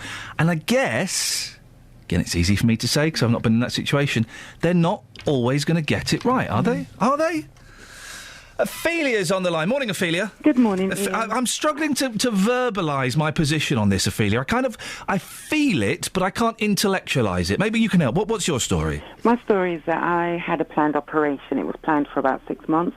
Following the operation, the doctor forgot to write up the prescription, or the nurse forgot to discharge me with medication to stop, to control infection. As a consequence, when I came to the next stage of my treatment at home, my stomach opened up and my intestines came out. Hey, sorry? Well, yeah. Oh, gosh, I'm so sorry. 4 days before Christmas. 4 days before Christmas, you're sat at home and your stomach opened up and your intestines came out? And then what happened was that my clothes started to become wet, and I said I felt a bit dizzy. The nurse was here, so I said I'm going to lay down. And just as she looked, her and my sister saw my stomach opening up.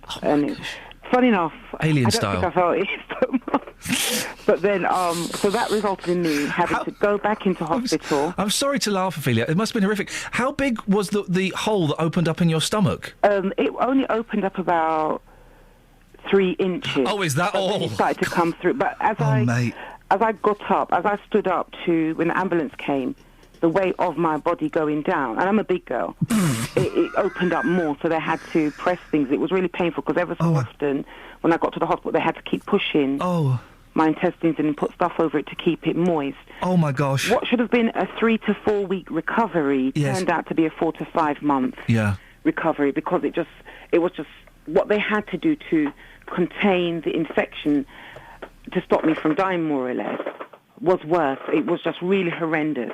Hospital admitted that they were at fault. They forgot to discharge me with the medication.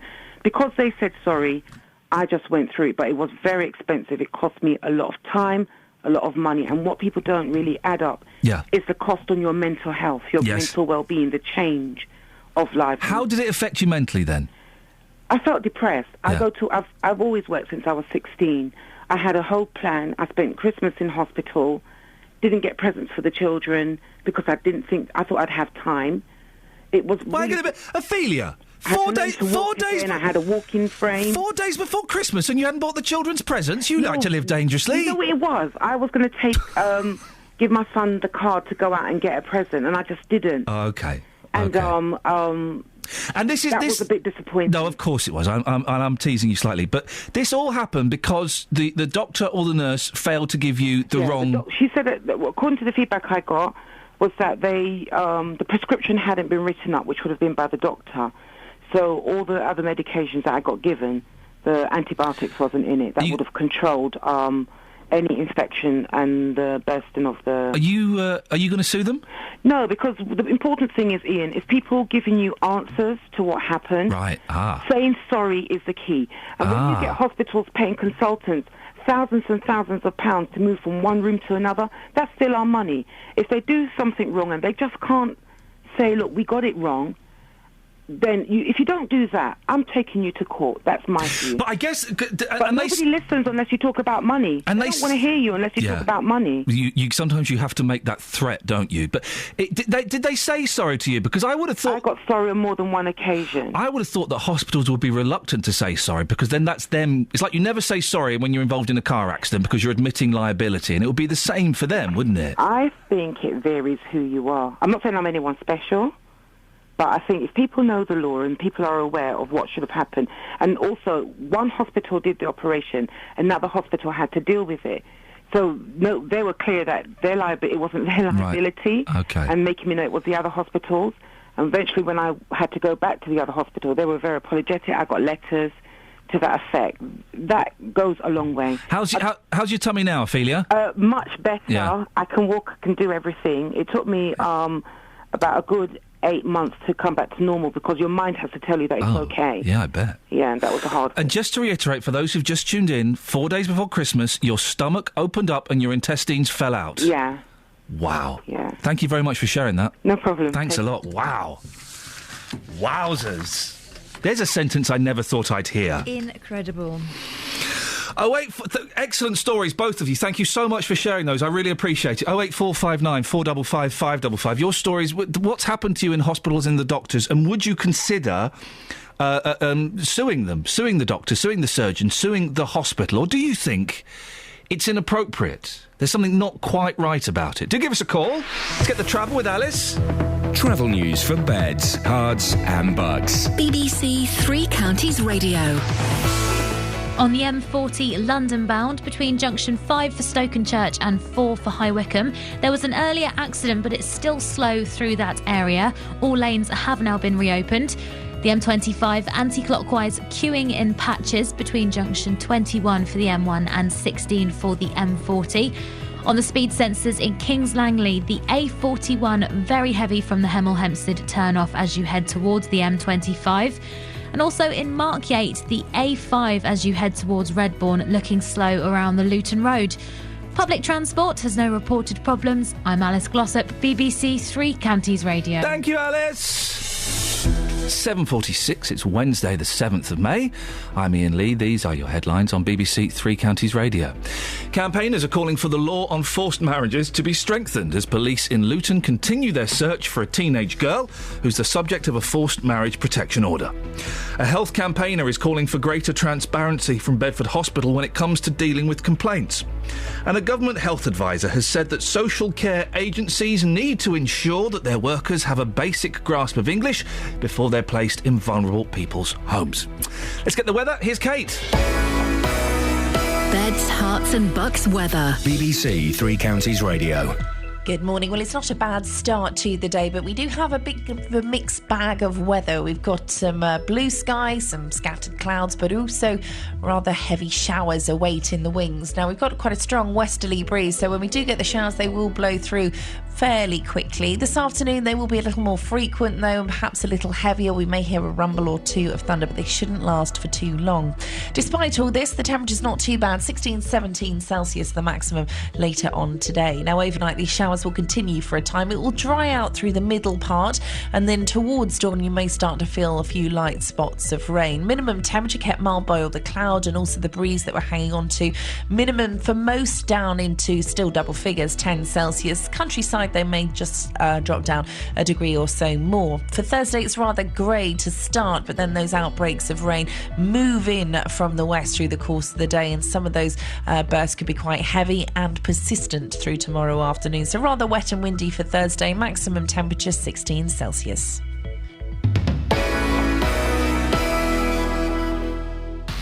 Every weekday morning. The shop didn't want to give me them back, so I went to the shop, paid them a fee to get my cylinders back. The JVS show fights for your rights and tackles your consumer problems. I went to speak to this company and I asked them what had happened. It took me absolutely ages to get through to anyone. If you need our help, email jvsshow@bbc.co.uk. After our last discussion about my cylinders, the governing body showed up at my house on the following day. And we could do the same for you. Thanks, Denise, and for the company for getting her cooker back up and running. Here's your horn. The JVS show, weekday mornings from 9 on BBC Three Counties Radio.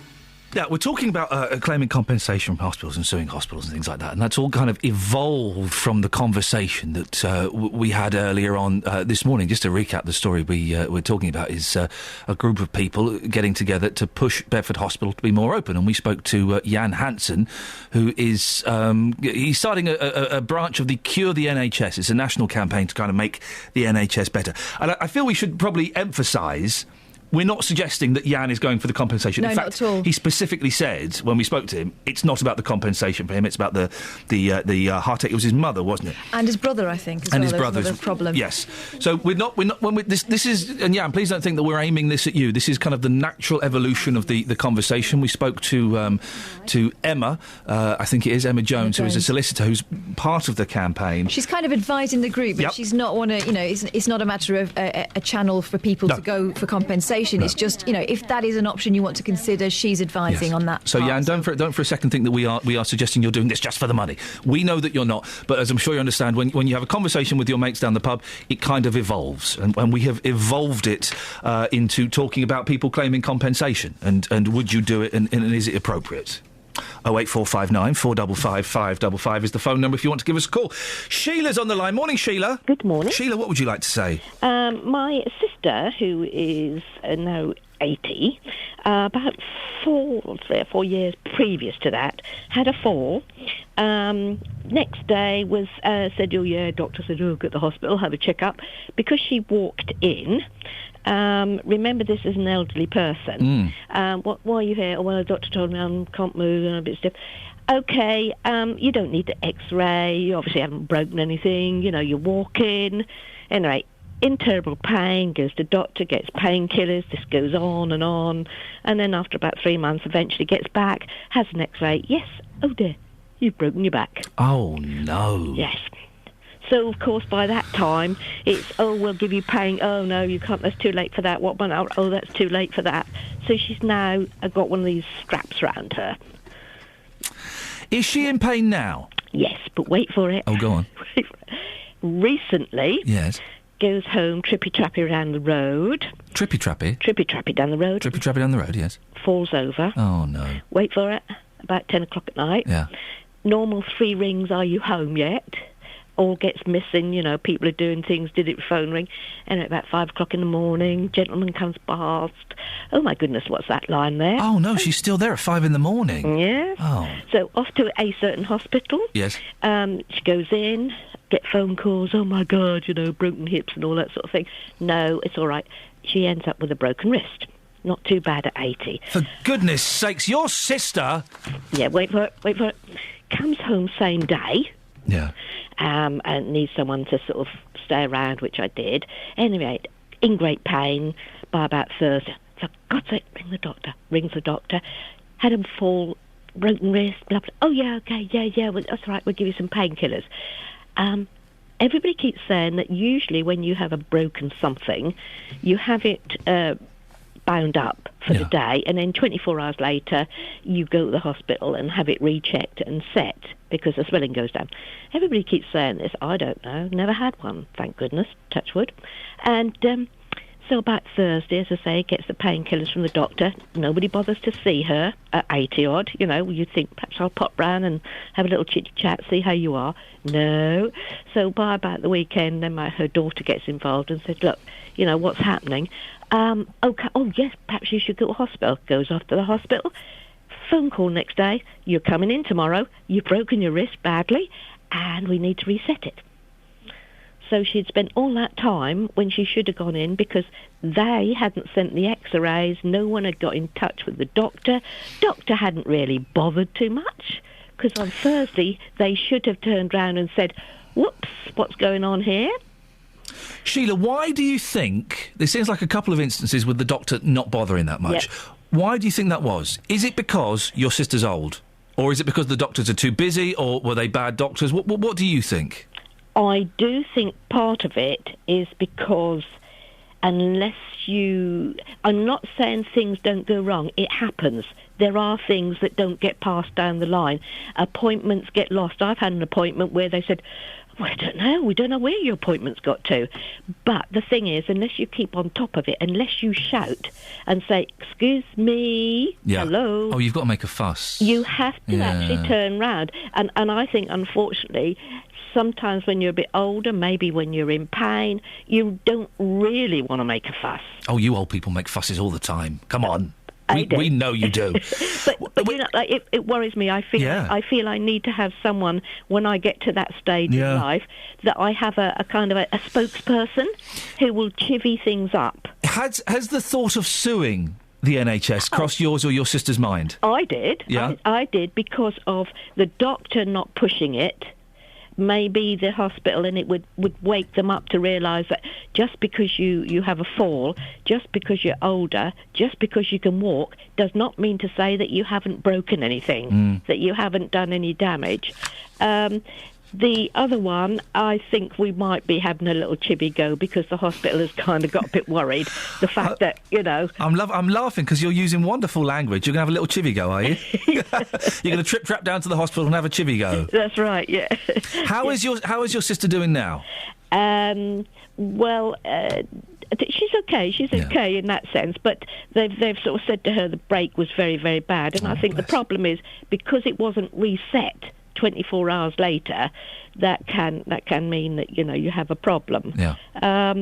But I do think that sometimes and I think that if you're an 80-odd-year-old lady and you've had a fall and you ring up about painkillers, I do think that maybe the doctor shouldn't just turn around and say, "Oh, that's right, if you get someone to pop down, we'll put them out for you." They should have perhaps popped round to see her. Sheila, I think you're right. I'm going to move on because I want to get some more bits and pieces. But yeah, I think you're right. If an 80-year-old woman has a fall, hey, guess what, guys? That's quite serious. Yeah. That can be quite... I remember my great-grandmother. Gosh, how lucky I was to have met two of my great-grandmothers, Nanny Perkis. She had a really... it wasn't even that bad a fall, but her whole leg went black, at that age. It kind of just... I was scared of Nanny Perkis. She was married to Grandad George, and Grandad George would sit in the front living room. This fantastic house in London got knocked down. He would sit in the front living room and would never come out and see us kids. He'd be in there just smoking senior service. And we'd never come out. But at one point, they'd say, "Right, it's time to go and see Grandad George now."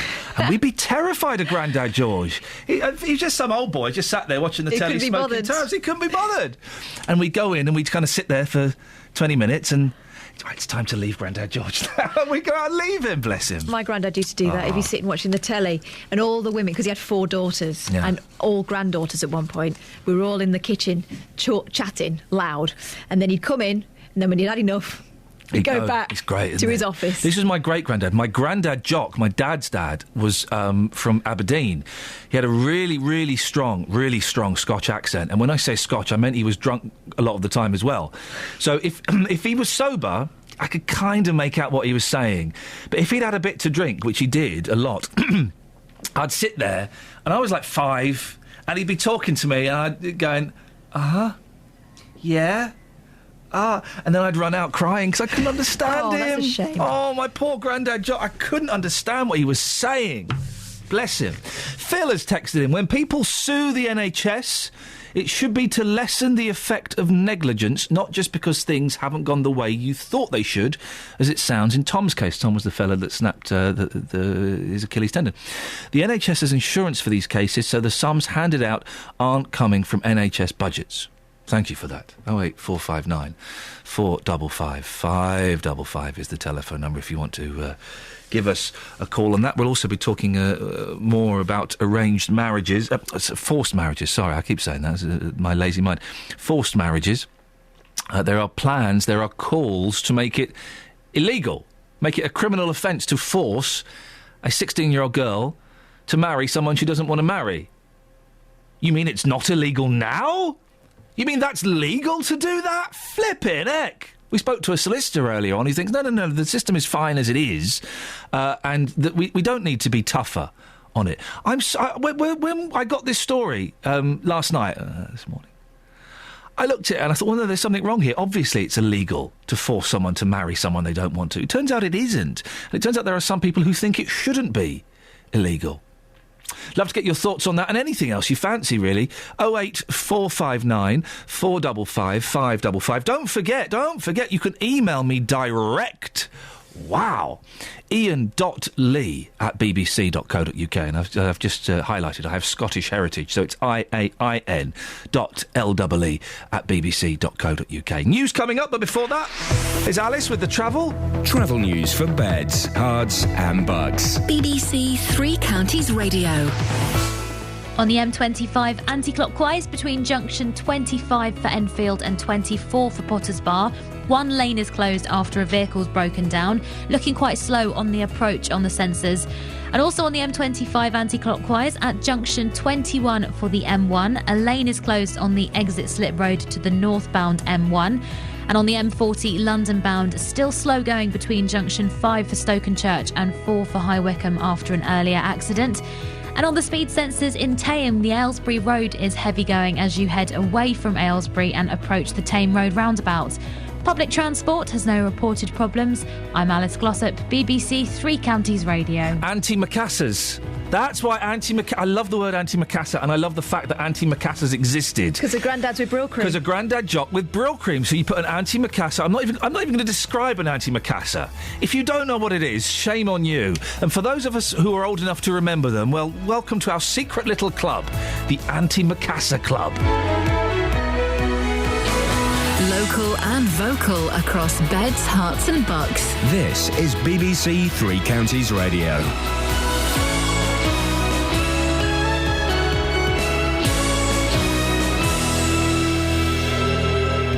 It's 8 o'clock. I'm Simon Oxley. The headlines: calls for law on forced marriage to be strengthened, warning about the future of the co-op, and campaigner wants greater transparency at Bedford Hospital. BBC Three Counties Radio. Campaigners are calling for the law on forced marriages to be strengthened as police in Luton continue their search for a teenage girl who's the subject of a forced marriage protection order. 16-year-old Maria Nicolescu was placed under an order in December but hasn't been at school since the start of last month and was officially reported missing on April the 22nd. It's thought she may have left the area with her family, but Luton lawyer Kuljit Lally told this programme the law was already strong enough. It's up to the courts and the judges to implement the law as it is. There's already there's a power of arrest attached to a forced marriage protection order.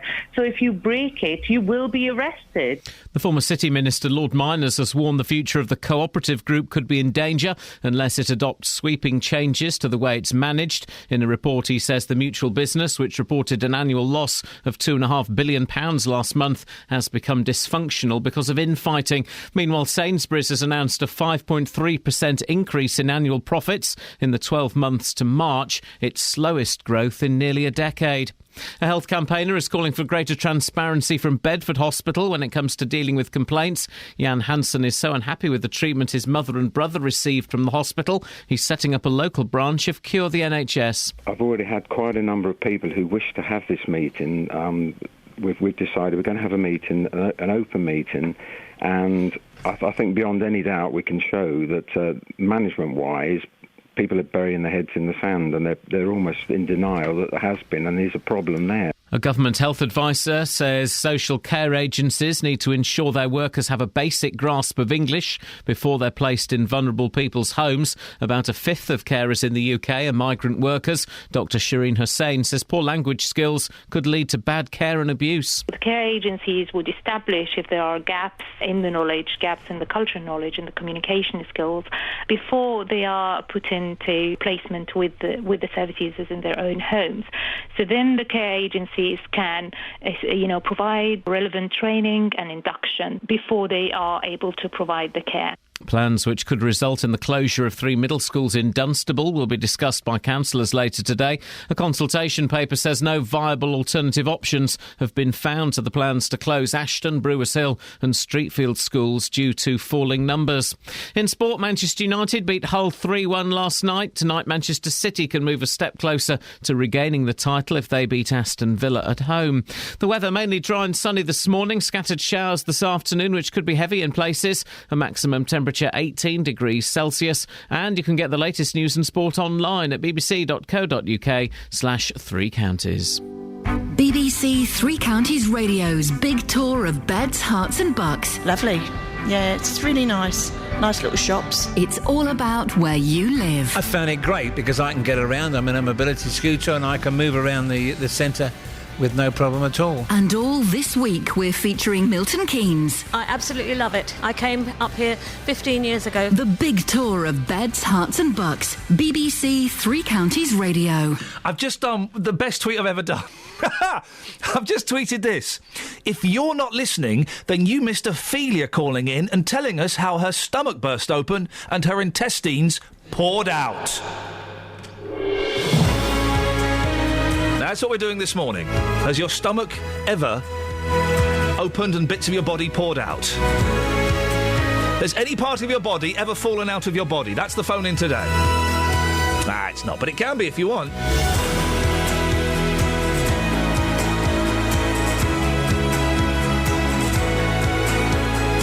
Morning, this is Iain Lee, BBC Three Counties Radio. Lots to talk about. Calls for forced marriage crackdown, calls for greater transparency in the NHS, and your calls on whatever you fancy. We're talking about lots of things. If you want to call and say, yes, a part of my body fell out of my body, we can do that. We can go there. Catherine's pulling a disgusted face. We can go there. We can do that. That can't be a common problem, can it? I didn't think it was a problem that ever happened. Ophelia's already told us how her stomach burst open and her intestines poured out 4 days before Christmas. What? Of all time? That makes it so much worse. There's got to be more. There's got to be more stories of bits of bodies falling out of your body. 08459 455 555. You can send me a text, 81333, start your text 3CR, or you can send me an email, ian.lee@bbc.co.uk. Across beds, hearts and bucks. This is BBC Three Counties Radio. The conversation about more transparency in the NHS has evolved slightly, and we'll go back to that original story a bit later on. But it has evolved into people talking about making claims against the NHS. And we've got a couple of texts here. David in Puckeridge. Every human is different. Every human displays different symptoms. Mistakes do happen, but doctors are not mind readers. The NHS is, as a general rule, an amazing service, which is provided to us for free. Well, free at the point of contact. Would we prefer an American medical system? And John from Datchworth, I had a poor diagnosis on my Achilles tendon. One hospital told me, as I could sort of walk on it, I'd only got soft tissue damage without even examining my leg. After 3 weeks of very painful walking, driving and trying to get on with life normally, I went to another hospital, and the nurse I saw didn't examine me. She said, I'll get you taken to another hospital now, as you have a ruptured Achilles. When did you do it? I told her 3 weeks. She told me that the time delay may be a problem. At the third hospital, I had an operation the next day. I still have an issue with my ankle about 4 years later. And I guess the thing is, some of these things are hard to diagnose. If it's on the outside of the body, oh, look, you've burst your eye. A friend of mine did that. A friend of mine caught his long fingernail in his eye, and a bit of the eye jelly kind of came down his face. That is disgusting. Thank you. But if it's an outside thing, you can kind of tell. If you're displaying certain symptoms, then it makes it easier. But there are some things that doctors are not going to get right every time. Is that enough to warrant suing them? 08459 455 555 is the telephone number if you want to give us a call. Now, as police can... Oh, is that caller there? I do apologise, Richard. I'm so sorry, Richard. I thought you were left over from before the news. I apologise. I'm with you now. What would you like to say? I just wanted to talk about suing the NHS. Yes. I think it's wrong. Tell me why. I think we've turned into a bit of a blame culture. And listen, if something goes wrong with your body, you need an operation or something's happened, that's just life. You know, it's nobody's fault. And the doctors and the surgeons, they're there to help you. They do an amazing job. Sometimes mistakes are made, and sometimes they're not. But they're not miracle workers. And I think people forget about how good our health service is in this country. Like you say, it's free at point of contact. Is there any circumstance, Richard, where you think it would be appropriate to sue the NHS? Unless a doctor, not a doctor, I'd say more a surgeon, perhaps, completely deviate. Richard, we've lost you. We've lost you. We've lost you. But Richard, thank you for that. I think we kind of. I don't think we need. I think we kind of got his point. But I think he was about to say, in extreme circumstances, then yes, if a surgeon removes the wrong part of the body, then possibly that might be the way forward. As police continue to search for a missing Luton girl who was placed under a forced marriage protection order in December, campaigners want the law to get tougher on families who make their young people marry against their will. 16-year-old Maria Nicolescu hasn't been at school since the start of last month and was officially reported missing on the 22nd of April. Justin Dealey has been speaking to people who've been forced to marry someone they didn't know and people whose friends have been involved in a forced marriage. Yeah, I do, yeah. Are these close friends of yours? One is close friend, yeah. How old was your friend? 18. She was 18, yeah. And she just finished college and her parents obviously forced her to go to Pakistan. But they said to her, they made obviously an excuse up that she's going to go see her grandmother who's ill. But she didn't know that this was happening. So when she got there, she was forced to marry somebody she'd never met before? Yeah. So she didn't know who it was or anything. Has this destroyed her life? Yeah, because obviously she liked someone from here, and she just I don't know, she didn't ever think of getting married to someone she didn't know. So she's been really, really upset and it really broke her. You had to do it. You had to go through it. Otherwise, you were the ostracised person, the person who would be not accepted in the family, the community, and stuff like that. Mm. How did that make you feel as a person? I was so young at the time that, obviously, looking back now, it wasn't very nice. I wouldn't do it to my children. It shouldn't happen. And but I think at the time, a lot of people, like myself, were young, don't really know much different. Yeah. It's what the parents say that goes, and that's it. Well, Jasvinda Sangera, CBE, is the founder of the charity Karma Nirvana and survivor of forced marriage herself. Jasvinda, can I just ask your personal story? How does someone get forced into a marriage, and what impact does it have on you? Well, the people who have the power to force you into a marriage are your immediate family members, because it's your nearest and dearest that are doing this to you, your parents, other members of the family, who will, first of all, very subtly talk to you and bring you into a position whereby they teach you that, an arranged marriage is part of tradition, and then they start plying on the tradition and the religious arguments, and also making the point that if you don't go through with this, then you're going against your family, so you end up feeling guilt. And they're the ones who literally groom you into this place whereby you enter this marriage. And if you say no, you put yourself at risk, you feel at risk, your family will make the point. What kind of risk do you feel at? What we see with victims, and what I saw by saying no to my parents when I was 14 years old, was I was taken out of school and I was kept at home and held a prisoner for a number of months until I agreed to the marriage. So I lost my education, I lost my freedom, I was held a prisoner whereby I was physically, psychologically abused until I agreed to the marriage. And school, by the way, didn't notice me missing it, and this is the important part, that, school are not noticing these girls. The prevention is going to be in education, because families have a lot of power. Teachers listen to parents who say, oh, she's not well, or we've taken her out of school because we're educating her abroad. They don't look further than that if they suspect. They're not even suspecting and identifying the indicators. You held your national conference on forced marriage yesterday. Yes. How did that go, and what do you hope to achieve with that? The national conference was to announce the new forced marriage criminal offence, which we think will come into force on June the 14th. So it's the very first conference to talk about what the law will look like, the fact that if you lure somebody abroad for the purpose of forced marriage, or you force somebody to marry, quite clearly in this country, you can be sentenced up to 5 to 7 years. It also criminalises the breach of a forced marriage protection order, so those people who go against an order can now also be sentenced to prison. That's interesting. So I want to talk to you about the forced marriage protection orders as they stand at the moment. Yep. If, for example, my family had a forced marriage protection order because my daughter, I don't have one, but my daughter was supposedly being forced to marry, and we disappeared. Yeah.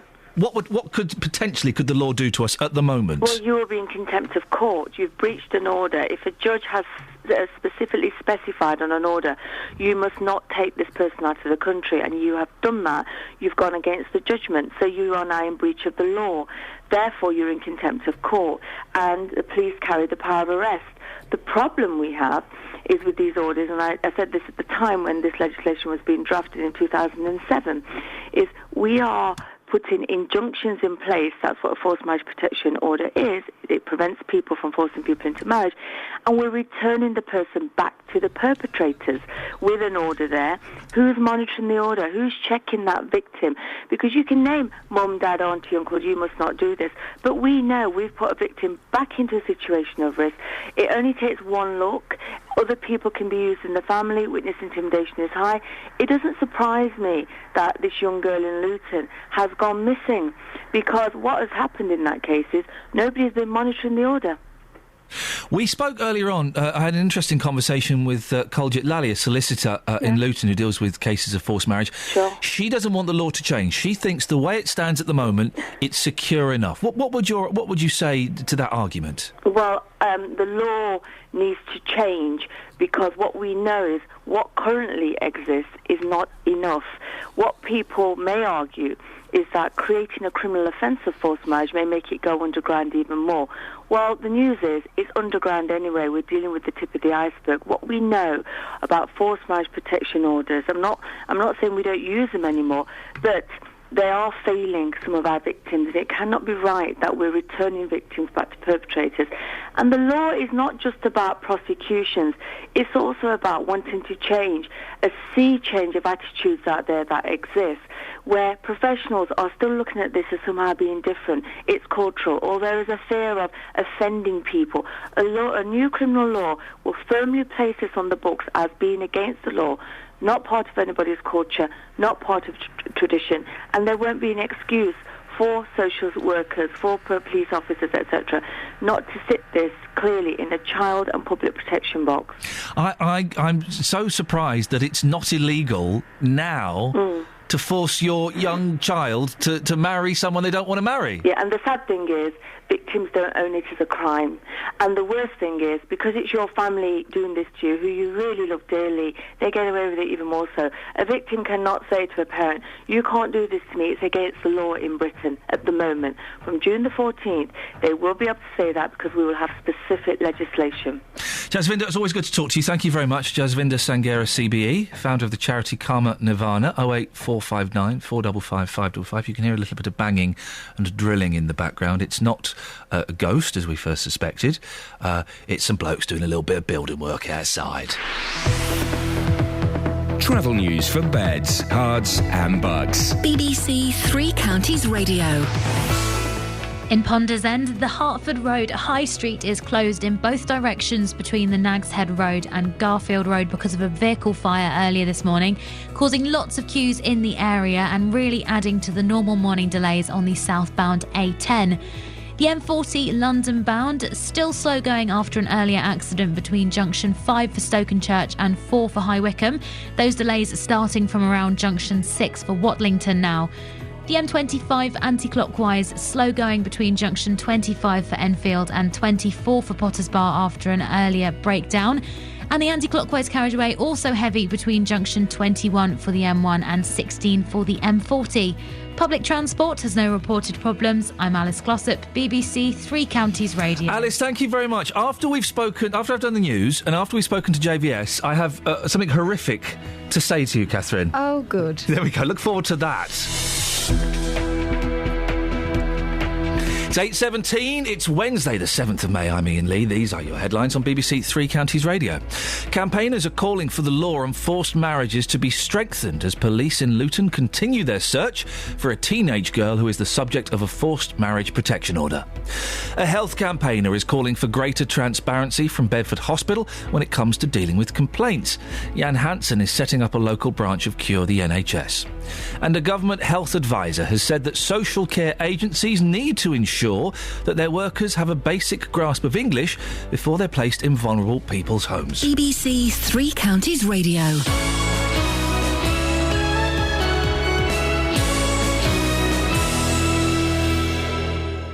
Every weekday from 3, Roberto Perrone. You told 580 gags in 1 hour. Can I test you for 1 minute? I spent the whole year trying to get into classical music. It took the 4 seasons. Weekdays from 3. We heard from Neil earlier on. He claims he was discriminated against and asked to leave a pub because he injected himself in public in full view. Insulin keeps my son alive, OK? If he doesn't inject, he'll die. Roberto Perrone. And I just thank you for the services that you do on here to help people like myself. Weekdays from 3 on BBC Three Counties Radio. Yes, I reckon probably. Really? Yeah, probably. Just seems the sort to me. Oh, gosh. Yes, that's not what we were talking about, is it? No. Okay, no. good. We're going to cut ourselves in trouble. Good morning. Good morning to you. Your vision in mauve. Thanks very much. Yes, I've got my mauve on. I'm liking it. And I've had a haircut. And you're doing a Rigby stance. You've got your hands. Yeah. Jones. That's right. Yes. Yeah. I've got. I had a haircut. Looks very smart. Had my teeth cleaned. Oh really? Yeah. Because I'm getting a haircut today. I'm not going to get the teeth cleaning. Did they bleach them or zap them? No, I just had a sonic descale. You know. Oh, you like that? Doesn't it make the back of your bottom teeth feel wonderful? Yes, it does. You can feel the cracks with your tongue. Yeah, they're all there. Yeah, I might go and get one. Beautiful. Of those. Have one done. Have you ever had your teeth bleached? No. I did it once. It was a freebie. Oh, it does hurt. It really hurts. Your teeth hurt. I've heard that. And you shouldn't drink coffee or wine, apparently. No, you wouldn't be able to stop that, would you? No, I wouldn't. No, it'd be awful. I mean, I felt bad yesterday because I had my teeth clean. They're all lovely. Yeah. Went home, cracked open a beautiful bottle of Malbec. With your teeth. Yeah, like that. Exactly. Well, you're looking very smart. Oh, thanks. Thanks very No, I mean, there's no sarcasm there. It's like coming in and being reviewed by Gokwan. Isn't it? Take them off and I'll have a look at the underneath. No, that's what he does, isn't it? He gets people to strip off naked. Yes. And then you'd comment on my bangers. He's not really gay, is he? He's just pretending to be gay. What, Gokwan? Yeah, so he can see loads of women. He might be. I think he's pretending so he can see loads of women. Oh, take your clothes off, love. Don't worry. Really? Yeah, that's the game plan, I'm sure. I have no evidence to back that up, though. Well, I suspect he probably is. Okay, your gaydar saying yes. Yeah. What's on your show this morning? Coming up this morning on the Big Phone-In, should anyone who wants to work in healthcare in this country have to speak good English? Oh, yes. You've seen this story today? Yeah. A top government advisor has told the BBC too many carers in this country can't speak good enough English. Dr. Shireen Hussain is scientific advisor to the Department of Health. She's told the BBC that poor language skills could lead to a bad level of care and abuse. 20% of carers across the UK are migrant workers, and now the Health Minister, Norman Lamb, wants new language tests for those who want to work in the industry. Well, from 9 this morning, I want your views on this. Should anyone who wants to work in healthcare in this country have to speak good English? Or do you think, actually, English as a requirement, that should be down the bottom of the list? They should have to be a good carer first. That's the most important thing. What about in your mum's care home? They speak good English there? There's lots of Polish boys and girls and some Japanese boys and girls, bizarrely. But yes, they all speak excellent English. They have like a Japanese boy. I've never heard of Japanese boys and girls in a care home. I think they come over to work and they get for free, and they practice their English and they get. But so the Japanese people don't speak English particularly well. They're not doing. They're kind of. They're helping the carers, so they're not one-on-one contact with the residents necessarily. Right. My mum loves it because I teach her a few Japanese words, and so she impresses them with that. But when she was at home, she had carers who couldn't speak English. Or couldn't be understood. They didn't know how to cook pasta. My mum asked for pasta for lunch, and they gave her a bowl of dried pasta. What? Yeah, which is insane. Do you know, it's one of those things. I've in the past I've thought, it doesn't really matter. Hey, let everyone come here and work in this thing. But actually, no. As I get older, I think you should be able to understand, particularly if they are in contact with elderly people or people who may have difficulties communicating. I think it matters very much. My grandmother, who's 99, she's very deaf. Very, very deaf. And if she hasn't got her hearing aids in, which she normally hasn't, because she's normally either put them in the bin or they're under the bed or she's sitting on them or they're never in her ears. When she's not got them in, you have to really clearly shout at her.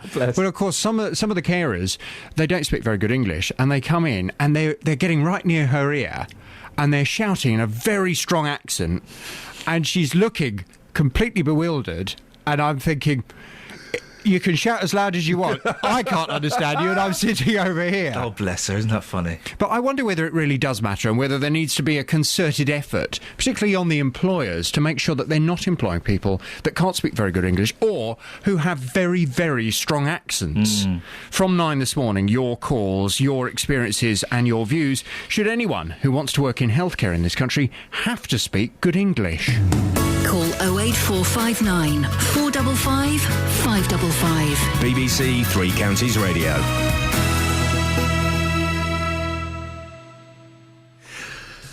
Thank you very much, David. That's going to be worth listening to. My opinion on that has changed over the years. I was just saying that there was a doctor we stopped seeing, partly because he misdiagnosed our boy.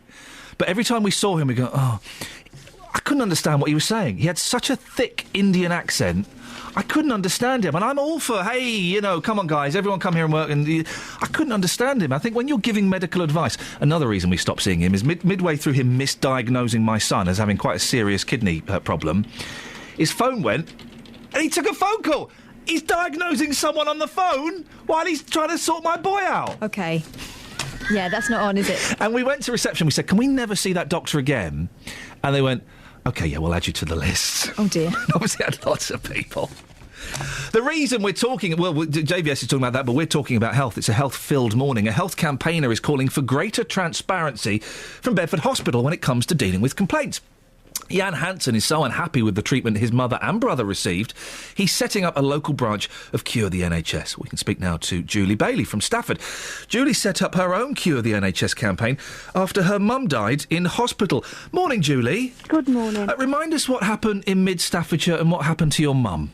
My mum went in, she was 86 years old, she wasn't a well woman, but we thought we were going into a safe hospital. Very quickly, within 3 days, I quickly realised that instead of it being safe, it was very unsafe. So I stayed for the next 8 weeks, sleeping on a chair next to a bed. And what I saw during those 8 weeks will live with me forever, the way the vulnerable were treated. It was just absolutely dreadful. It must have been a real shock to you, Julie, because whenever we go to hospital, we think of hospital, we think of it as a safe place where people are respected and looked after and cared for. Exactly. We have no idea, or in 2007 we had even less idea, what is going on performance-wise in our hospitals. We see very basic performance indicators. What Cure the NHS are campaigning for is that we see all performance indicators. So we see anonymised complaints, we see anonymised serious untoward incidents, mortality rates. All of these indicators put together give you an idea of how safe your hospital. One of the big indicators is how happy your staff are working in that hospital. How quickly has Cure the NHS expanded? Well, it's expanded very quickly. The day the Healthcare Commission report came out, which was in March 2009, I went home to over 300 emails telling me that the same thing was going on all over the country. I think we've got around 8 similar groups. We're just about to get charitable status, and then we will be making it more formal. What we'd like is a group attached to every hospital throughout the country, and what we like to see is managers, the managers sharing information on performance with our groups, and our groups holding these people to account. Have you seen any improvements, Julie, since Cure the NHS was formed? We've seen huge improvements over the last year. Identifying the hospitals under the KEO review, they've reported that they found it a really good process, helping them to improve. But we've seen more nurses in acute services going on to the wards. We've seen the Care Quality Commission is a totally different body now. The Parliamentary Health Service Ombudsman are telling us they're improving. And the same with the GMC, the General Medical Council, and the Nursing and Midwifery Council. We're still holding our breath. We're waiting for these changes. The NHS is notorious for telling us it's changing, but they're not very good putting actions into place. We are watching. It's not all been plain sailing for you, though, has it, Julie? Some people have been upset by you speaking out. Very much so, yes. What we found is that the NHS is part of our socialisation, that we're very proud of it. And we don't criticise it. People don't like it to be criticised. But we've had to. For years we've lived in denial that the NHS is a safe place, when in fact very often it isn't. The NHS does some wonderful things, but year on year we hear the same incidents happening, the same safety breaches happening over and over again. And this is wrong. The NHS has got to learn from its mistakes. Finally, Julie, we're talking about Iain, who's planning to set up a Cure the NHS in Bedford. What advice would you offer? The advice I would be determined, keep your head held high, try and gather as many people around you as possible, get support from people who understand, because it's not until it happens to you that you realise. And to be respectful to everybody, but to demand change. Julie, You're there for change. I appreciate your time and your thoughts this morning. Julie Bailey from Stafford, who, of course, set up her own Cure the NHS campaign after her mum died in hospital. 08459 455 555. It's BBC Three Counties Radio. What was that you just reminded me of? You said that you had something disgusting. Oh, why did you remind him? I'll tell. It is disgusting, right? And can I tell you after the news? Let's go to the travel and news. I don't want to put Alice off her stroke. Let's do travel. Let's do news, and then I'll tell you something absolutely disgusting. Travel news for beds, cards, and bugs. BBC Three Counties Radio. We've had an update in from Nathan on the M25 clockwise around junction 26 for Waltham Abbey. The road is partially blocked just before the Bell Common Tunnel. It's an accident which is blocking 3 lanes and traffic is having to use the middle lane with queues building on the approach. The M25 anti-clockwise, slow going between junction 25 for Enfield and 24 for Potters Bar after a vehicle broke down. Also still looking heavy on the anti-clockwise M25 between junction 21 for the M1 and 16 for the M40. In Ponders End, the Hertford Road High Street is closed between the Nags Head Road and Garfield Road after an earlier building fire, causing lots of queues in the local area and also adding to the morning delays on the southbound A10. Public transport has no reported problems. I'm Alice Glossop, BBC Three Counties Radio. Across beds, hearts and bugs. This is BBC Three Counties Radio.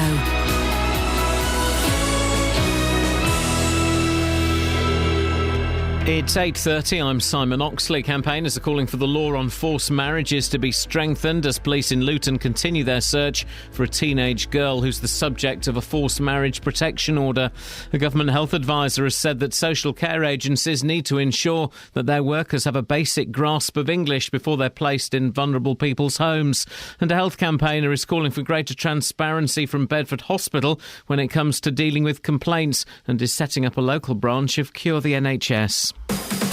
Three Counties Sports. BBC Three Counties Radio. Manchester United beat Hull 3-1 last night with 2 goals from 18-year-old James Wilson on his debut. Tonight, Manchester City can move a step closer to regaining the title if they beat Aston Villa at home. Victory for City would put them 2 points clear of Liverpool with 1 game to play. At the bottom, Sunderland host West Brom, needing a point to virtually ensure survival and send Norwich down. Controversial plans for B teams of Premier League and Championship clubs will be considered by the FA today. One proposal is for these second teams to play in a league sandwich between League Two and the Conference. Another option is to merge the B teams with League Two and the Conference to form 2 regional leagues. The top clubs want more competitive games for young players. Luton's managing director Gary Sweet is against the plans. It's really hard to imagine how a number of clubs, however many that might be, can create a B structure where it can be shoehorned effectively into the current pyramid system without really having catastrophic consequences. And cycling's first ever women's Tour of Britain starts today. Tomorrow's stage finishes in Bedford. The cyclists race from Cheshunt to Welwyn Garden City on Saturday. Olympic gold medalists Laura Trott from Hertfordshire and Danny King will both line up for Wiggle Honda. King wants to see the Tour become an annual event. I think it could be, a yearly thing, and it'd be great to have, this event as part of the women's calendar year on year. And obviously to have such a big race in Britain is just an added bonus. BBC Three Counties News and Sports. The next full bulletin is at 9. Sorry, did you say a league sandwich? A league sandwich, yeah. Sandwiched between leagues. Oh, I see. OK, thank you very much. Across beds, Herts, a league and Bucks. sandwich. This is Iain Lee. BBC Three Counties Radio. So here's the thing. A league sandwich. Morning. Iain Lee, BBC Three Counties Radio. Lots to talk about. We're talking about forced marriages. We're talking about complaints about the NHS. That's evolved into talking about suing the NHS. Can I tell you that disgusting thing now, ladies? I think you've seen it. It's on Twitter. It's from Carpet Martin on Twitter. Twitten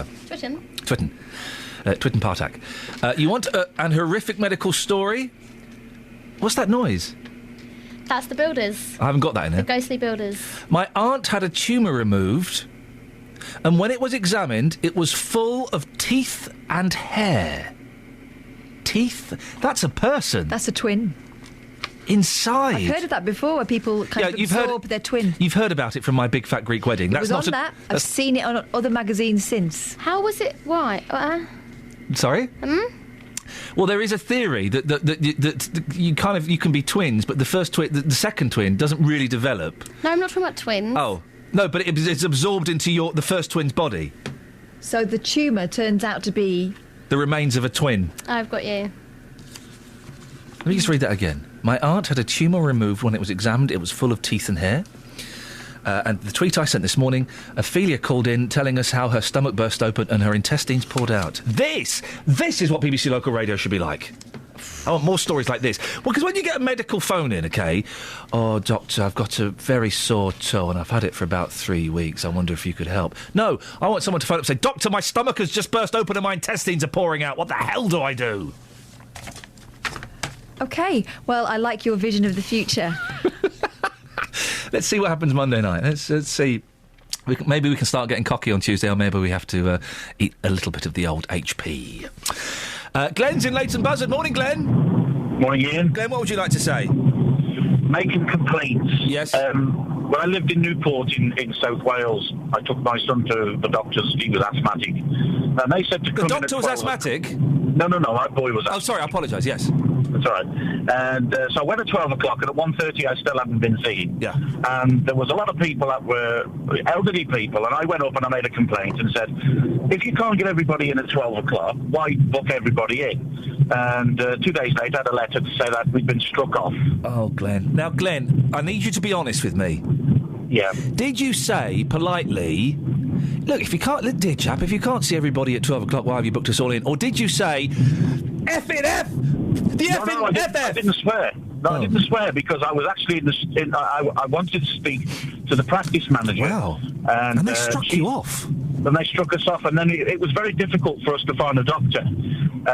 So I took it to South Wales Argos, the paper, so we made front page, 2 interviews, and we appeared on That's Life.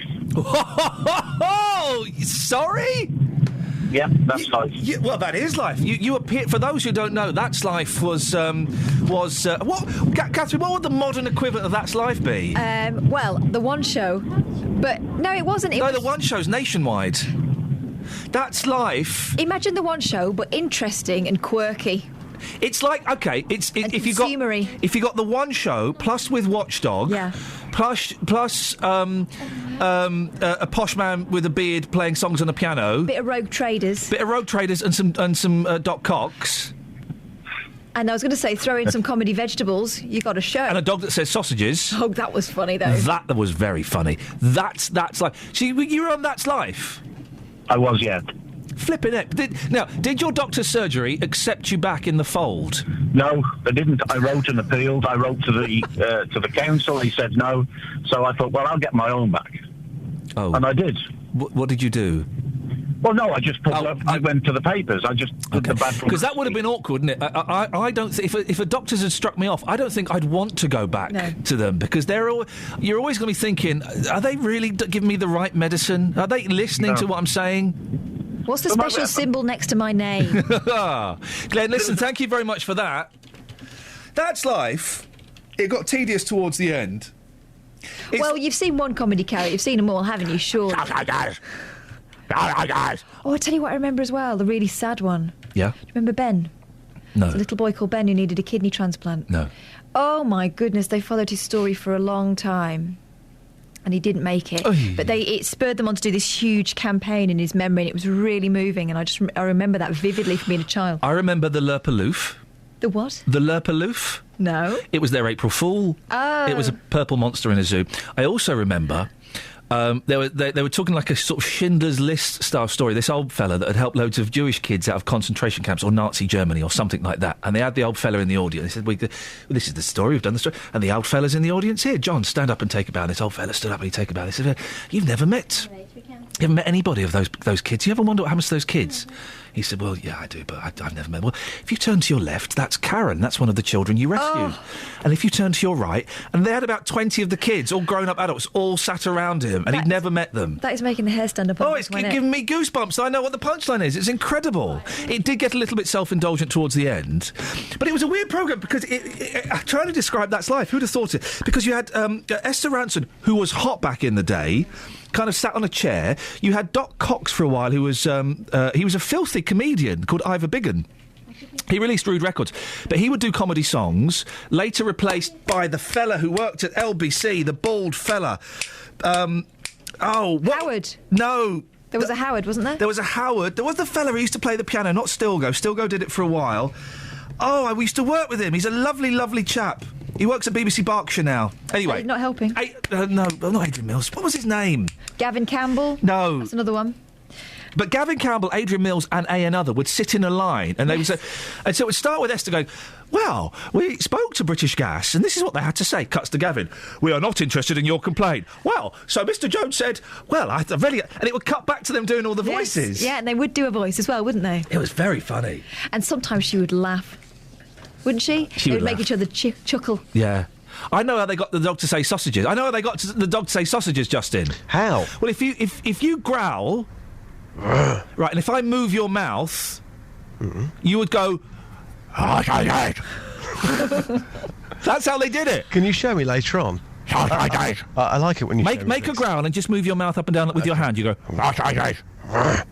No. Well, you're just saying sausages. That's it. That's it. Well, thanks. What was the fella's name? I used to work with him. He's a bald fella. Our place as well. He worked there for about 2 weeks last year. He did. He came and did a little shift here. He's such a nice bloke. Really nice guy. I'm ashamed I can't... So nice we've forgotten his name. Oh, I'm so ashamed I can't think of his name because he's such a nice bloke and it's going to come to me. Anyway, what do you want? Well, you've annoyed me this morning. Because Bill Buckley! Bill Buckley! Morning, Bill. Do you know how much you mean to me? It used to be a Bill Buckley song. What was the Bill Buckley song? Bill... I can't remember it. Anyway, Bill Buckley, one of the nicest men in radio ever. We love Bill Buckley. Can we play a track by Ivor Biggin tomorrow? No, we cannot. Oh, that's a shame. Because they're filthy. Yeah, well, they were great. Fantastic.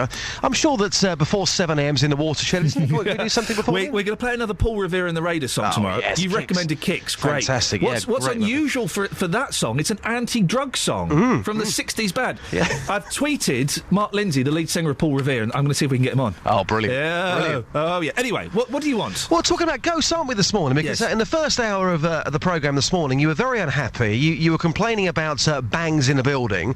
I then went down to the basement. Our building was built on a former cemetery. We have proof that ghosts do exist in our building from the Ghostbusters. So, yeah, we're talking ghosts, and I've been out into the streets for you this morning. I've got a couple of stories here, Ian, to kind of prove the fact that people do believe and people have seen things. Got some audio coming up. Here is ghost story number 1. Can I just say, Justin, you talking to people in the street is not proof that ghosts exist. Once you've heard these stories, you will believe. Here, Tom was talking ghosts this morning. What happened to you, sir? I was just seeing a ball, but an orb the size of a football in my room, and it was Wasn't scared of it, whatever it was. So it was going across the room above your head? Yeah, floating like the size of a football. And you could see through it. And it just vanished into the ceiling. Did you see a face on there at all? Or? No, it just floated away. The size of a football it was. Visible, you could see through it basically. What sort of colours? Like rainbow spectrum type of thing. You weren't drunk at the time, were you? No. Did it scare you? I'm a young man. Did it scare you? No, it didn't scare me, no. Made me believe in the afterlife. There's got to be something else out there. No! Justin! A Scouse fella saw a ball in his room. Yes. Come on, explain it. Come on then. Catherine summed up that story excellently. Catherine, what did you say about that story? I said, what was the first guy? What did he see? A ball? He saw a ball. Yes, an orb. You said it's a load of old balls, basically. Okay, guys, come on, explain it. What could that have been then? He was drunk? No, he wasn't drunk. He said that. Next. Maybe there was a ball in his room. No ball in his room. It's a floater. Have you never had a floater? Yes. In your eye? No. Ask Jonathan, he gets floaters. In his eye? Yeah, you get like a dark patch over your eye and it's actually something that's on your eyeball. You're quick to dismiss. Why would a ghost come back as a ball? I don't know. I've got no idea. Exactly. I've got no idea on that one, but he knows what he saw. Let's go to story number 1. Balls can't die. Ian, I am telling you, listen, I've been out on many stories for you, okay? To give you an example, we spoke to people this morning about forced marriage. Now, those sort of stories take a long time to come up with. You've got to wait for those stories. When it comes to ghost stories, most people have got them, most people believe. There was story number 1. Here is story number 2. Somebody else has seen a ghost. What happened to you? I was coming home one night about 2 in the morning. As I was walking up the stairs, there was a picture of a woman in the window, just like looking at me through a mirror, but it weren't. It was a window. When I got up there was no one there, but it was a woman. Any ideas who that could have been? Probably someone that lived in the house before me. I'm getting goosebumps just listening to you. Well, you do sort of look back and wonder what it is, but then you just think it might be a trigger of the mind. But that's the only thing I can suggest. It could have been a ghost. But you know what you saw? Yeah, I know what I saw. You weren't drunk at the time because you were driving home? Yeah. Weren't drunk, definitely weren't drunk. When you saw that face looking at you through the window, I know you're a guy, but you can't admit this. Were you scared? Did you scream? No, didn't scream. Just looked at a maze, that's all. And then got to the window, looked outside the window, weren't nothing there, and that was it. Didn't think no more about it. Wow. And that was about 30 years ago. You still remember it like it was yesterday? Yeah. You do. You don't forget a figurine in your head. After you saw it. It must have been about 80, 90. Really old girl. And we believed it might have been somebody that lived in the house. And that was over 30 years ago. You don't forget much. Right. You don't forget a figurine. No, come on, mate. That's weird. Okay, great stories. Where's the Ev? Where's the Ev? There's no Ev. Well, the Ev is in what they've seen. He's some old boy at 2 o'clock in the morning. He can barely speak.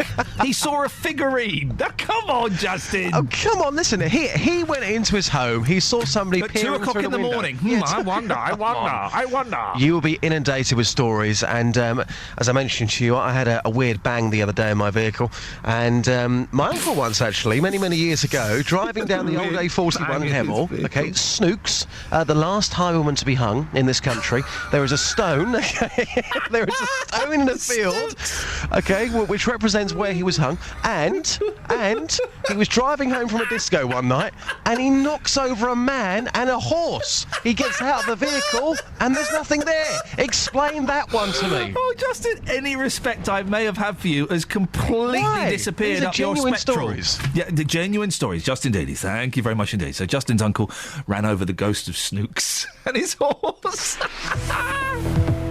Travel news for beds, cards and bugs. BBC Three Counties Radio. On the M25 clockwise, there was an earlier accident between junction 26 for Waltham Abbey and 27 for the M11, just before the Bell Common. We've still got queues to before junction 25 for Enfield, but all lanes have reopened now. The M40 London bound between junction 5 for Stokenchurch and 4 for High Wycombe. There was an earlier accident there, and we've still got congestion on the approach from junction 6 for Watlington. In Luton, the Stockingston Road is partially blocked around the Hitchin Road following an accident. Public transport has no reported problems. I'm Alice Glossop, BBC Three Counties Radio. Thank you, Alice. It's 8:47 or thereabouts. It's Wednesday, the 7th of May. I'm Iain Lee.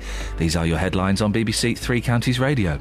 Campaigners are calling for the law on forced marriages to be strengthened as police in Luton continue their search for a teenage girl who is the subject of a forced marriage protection order.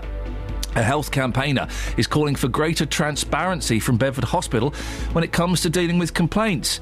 Jan Hansen is setting up a local branch of Cure the NHS. And Justin Dealey has been out and about speaking to people who reckon they've seen ghosts. But to me, that's not Ev. Beds, Hearts and Bucks weather. BBC Three Counties Radio. Good morning. Well, it's not a bad start to the day. We've got a bit of blue sky out there at least, but we're just seeing these showers sweeping across parts of West Herts at the moment. And these showers are going to come and go really through the course of the morning. Some of them quite heavy, and as we head into the afternoon, they will become a little more frequent as well. Perhaps a rumble or two of thunder, but they're blown through fairly quickly on a relatively strong westerly, southwesterly breeze, so they shouldn't last for too long. Just not going to feel too pleasant if you're caught out in one, but the maximum temperature is still getting up to 17 Celsius. Overnight, we've still got scattered showers at first this evening, a dry spell in the middle, but then some light rain joining us as we head towards dawn tomorrow. Minimum temperature kept mild by the cloud, the breeze and also the rain. We're looking at a minimum of around 9 Celsius, although towns and cities likely to stay in double figures. For Thursday, rather grey, rather breezy, and then we've got this band of more persistent rain sweeping eastwards through the course of the morning, joining us through the afternoon and turning rather heavy. Maximum temperature tomorrow just getting up to 16 Celsius, that's 61 degrees in Fahrenheit. And that's your forecast. Every weekday morning from 9. Good morning, welcome to the JVS show. Your local stories. Have you had to rebuild your life after being a victim of crime? Do you think it's inhumane to keep people in prison for life? Do you think that immigration needs to stop? Your local life. Why do 70% of this country feel immigration is wrong? We've actually got an open doors policy. I am just so angry listening to some of them people. What the government are doing, they'll start introducing American-type sentencing, like 200 years in prison. The JVS show. British people are not xenophobic. Weekday mornings from 9 on BBC Three Counties Radio. Oh, Justin. All right, boss. We're all laughing at you. Why are you laughing? Come on. You're a muppet. That's Why am I a muppet? You are one of the best broadcasters I know, but really, when it comes to, talking sense, you don't. OK then. Right, so after the programme today, you are convinced that we haven't got any ghosts in our building. That's correct. Even though I've explained to you the Ghostbusters have been in, and we have proof. Yeah. And our building was built on an old cemetery. Yeah. You go down to the basement later on then. OK, fine. You go down after the programme, and I will come with you with a microphone. OK, yeah, I'll do that. Man. We've got Iain has been tweeting whilst he was listening to your report earlier on. Yeah. Well, there's the proof we've been waiting for. # ghosts exist. Yeah, absolutely. Well done. Well said, Iain. Sarcasm doesn't always come across in tweets, does it? Oh, it's not. And then. Had this gentleman been drinking? Got in at 2 a.m. 2 a.m. # ghosts exist. We asked him the question, had you been drinking? He said, no, I was driving home. OK, well, that's evidence. More proof. Now, tell us about this. At the weekend, you had a mystery bang in your car. Yeah, yeah, I did. It was a mystery bang. I didn't know what was going on. I don't know. It must have been, Sunday evening or Monday evening? I think it was Sunday. Yeah. About 11 o'clock in the evening, I was feeling really, really hungry. I went to the kitchen. I had major cravings for a bowl of Frosties. And when I got in there... Oh, man alive, yeah. So when I got there, unfortunately, the tiger wasn't there, OK? Does he know this is going out on the radio? Okay. I couldn't find the tiger. So I'm thinking, what do I do here? So the Colonel. So I've gone to see the Colonel at Kentucky Fried Chicken to get some popcorn chicken. And on the way there, I got to a roundabout and suddenly, bang, this huge bang on my car at the roundabout, and there was no traffic anywhere to be seen. It was very, very quiet. It was a bank holiday weekend. So I've got a brand new vehicle, and I was like, I don't believe this. I've got a big dent in my car. What's happened? I've gone round the roundabout. I've got out the car. I couldn't see nothing. I've gone back round the roundabout again. I couldn't see nothing. I couldn't see a human being. I couldn't see an animal. I couldn't see anything. It was just a mystery bang, and it scared me. It wasn't snooks, I can tell you that much, but it did scare me. It's a new car. Could it not have been just like a technical problem with the car? No, it was such a loud bang. I thought I genuinely hit somebody. I was terrified. Again, I'll say, loud bang aside, could it not have been a technical problem with the car? No, not a bang like well, that. Let's. Dave's in Luton. Morning, Dave. Good morning, boss. Dave, now we're all laughing at Justin. Yeah, I know. You're not laughing, are you? No, I'm not. I'm telling now, Justin, get that car to the garage where you brought it from. Mm-hmm. Because I had the same similar thing, and it was a prop shaft cracked. It was hanging off, and if I'd gone any further, I could have been in a serious accident. Really? Yes, mate. So, Dave, let's just clarify. It wasn't a mystery bang. You didn't have a mystery bang in your car one night. Yes, I did. You did? Going round the roundabout, and I got out to do exactly what Justin did. Yep. I thought I hit something, but I didn't. Yep. And I thought, I carried on, and I could still hear this kind of little bit of a bang, cracking. Yeah. And I took it to a garage the next day, and he said, good job you brought it in, because your prop shaft's hanging off. So let's just go... Is your prop shaft hanging off, Justin? No. As far as you know. Okay. No shafts are hanging off So, anywhere. Dave, you didn't... You've got to be careful, because it could be the bolts holding onto the wheel. Dave, let's just clarify a few things. You didn't hit Snooks and his horse. No. You didn't hit a mystery dead ball. No. You hadn't hit any ghosts. And I didn't go to the cellar. No, exactly. Well, I'm going... Justin, you listening to Dave's advice? I'm listening to the advice. I can clarify the whole thing for you right now. Forget about shafts and everything else. This was a ghost. OK, thank you very much indeed. I love the way he thinks if he says it... Evidence. Yeah, that's your... If he says it really authoritatively and in his serious voice, well, you can't dispute that. This was a ghost. OK, just right. End of conversation. Oh, he's making me laugh. Thank you, Justin. Excellent stuff indeed. 08459 455 555. A couple of minutes if you want to give us a call. It's also the number to start dialing if you want to speak to JVS. We've been talking about hospitals after one gentleman is going to set up a Cure the NHS group around Bedford Hospital as he was unhappy with the treatment his mum and his brother received. Amy's on the line. Morning, Amy. Morning. What's your story? It's me about my husband.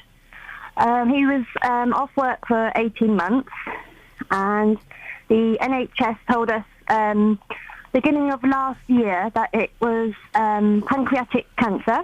Yes. And then after that was for about 3 months, and then they turned around and went, "Oh no, it isn't. It's chronic pancreatitis." Oh. Yeah. Oh, that's quite a big misdiagnosis to get. This is. But in some way, I don't want to demean what you... Yeah, I'm glad that it wasn't, you know. In terms of misdiagnosis, to be told you've got something really bad, then something not quite as bad, that's the way to go, isn't it? It is, yes. Were you angry with the hospital, you or your husband? Were you angry? Yes.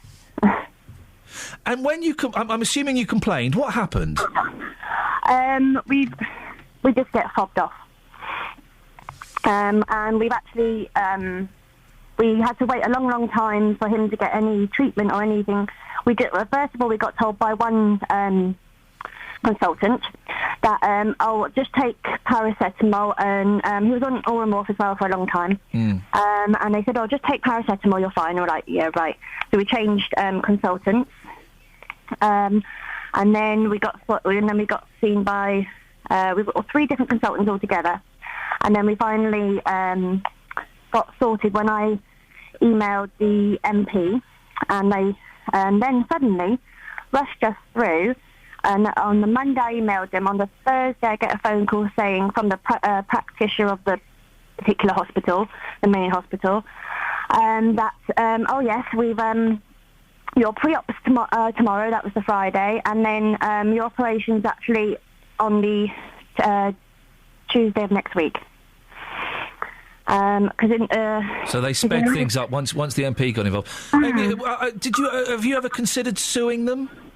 Well, we have thought about it, but obviously we don't know enough about having to sue and what we need to do and everything else. Well, listen, I don't know the ins and outs, but I suggest it's not a great line, so I'll let you go, Amy. But I suggest you find a medical. If you want to, the route would be to find a medical negligence lawyer who operates on a no-win, no-fee basis. If that's what you wanted to do. Ken's in Luton. Morning, Ken. Morning, Ian. Now, we've been... Oh, no, I've just seen what we've been asking this morning after Ophelia called in, her stomach burst open and her intestines fell out. We have been asking what parts of your body have fallen out of your body. Yes. Tell us your story, but bear in mind we may still have young ears listening. My bowels used to drop out my body when I went to the toilet, and my mum used to have to push it back up again. You listening? Yes, I am. Stop laughing, Ian. I'm not laughing. It's a serious condition. It is, especially when you're only 8. 7 or 8, I was. Yes. Why do you think that happened? Because ever since birth, I used to go in hospital about 2 or 3 times a year, and they used to try all different things to stop me losing a lot of blood when I went to the toilet. Yeah. So then I spent 7 months in Westminster, and they finally cured it. And when was the last time your bowel fell out? When I was about 8. Well, that's a relief. And doesn't that show just how much mums love their kids? I bet she did that unquestioningly. Oh, yes. Unquestioningly. It wasn't a pretty sight. Ken, just to lighten up a little bit, have you got a poem about one of your ex-girlfriends? Oh, yes, we'll give you a poem about one of your girlfriends. Let's have a look. Mabel you've had, Joan you've had, Pam you've had. I've not had them. You have? No? You have? Yes. I went out with a girl named Dunny. She took me for all my money. There we go. Thank you very much. Very quickly, Nigel, you've got 20 seconds. What have you got? Hello? Yes, Nigel? Hello, sorry. Ian, talking about ghosts. Yes. I work at the Vaughan Theatre in Stevenage. I'd like to invite you and the team to come and see our ghost, Alice. Well, there's an invitation you don't get. Who wants to go and see a ghost called Alice? Is that a play or a real ghost? It's a real... No, it's a real ghost. Well, Nigel... I haven't got time to tell you the story. No, Nigel, keep in touch. Give us a call tomorrow. We'll speak to you tomorrow. Yes, we're in. Travel news for beds, cards and bugs. BBC Three Counties Radio. The M25 clockwise after an earlier accident between junction 26 of Waltham Abbey and 27 for the M11. Still queuing to before junction 25 for Enfield, but all lanes are reopened in that stretch.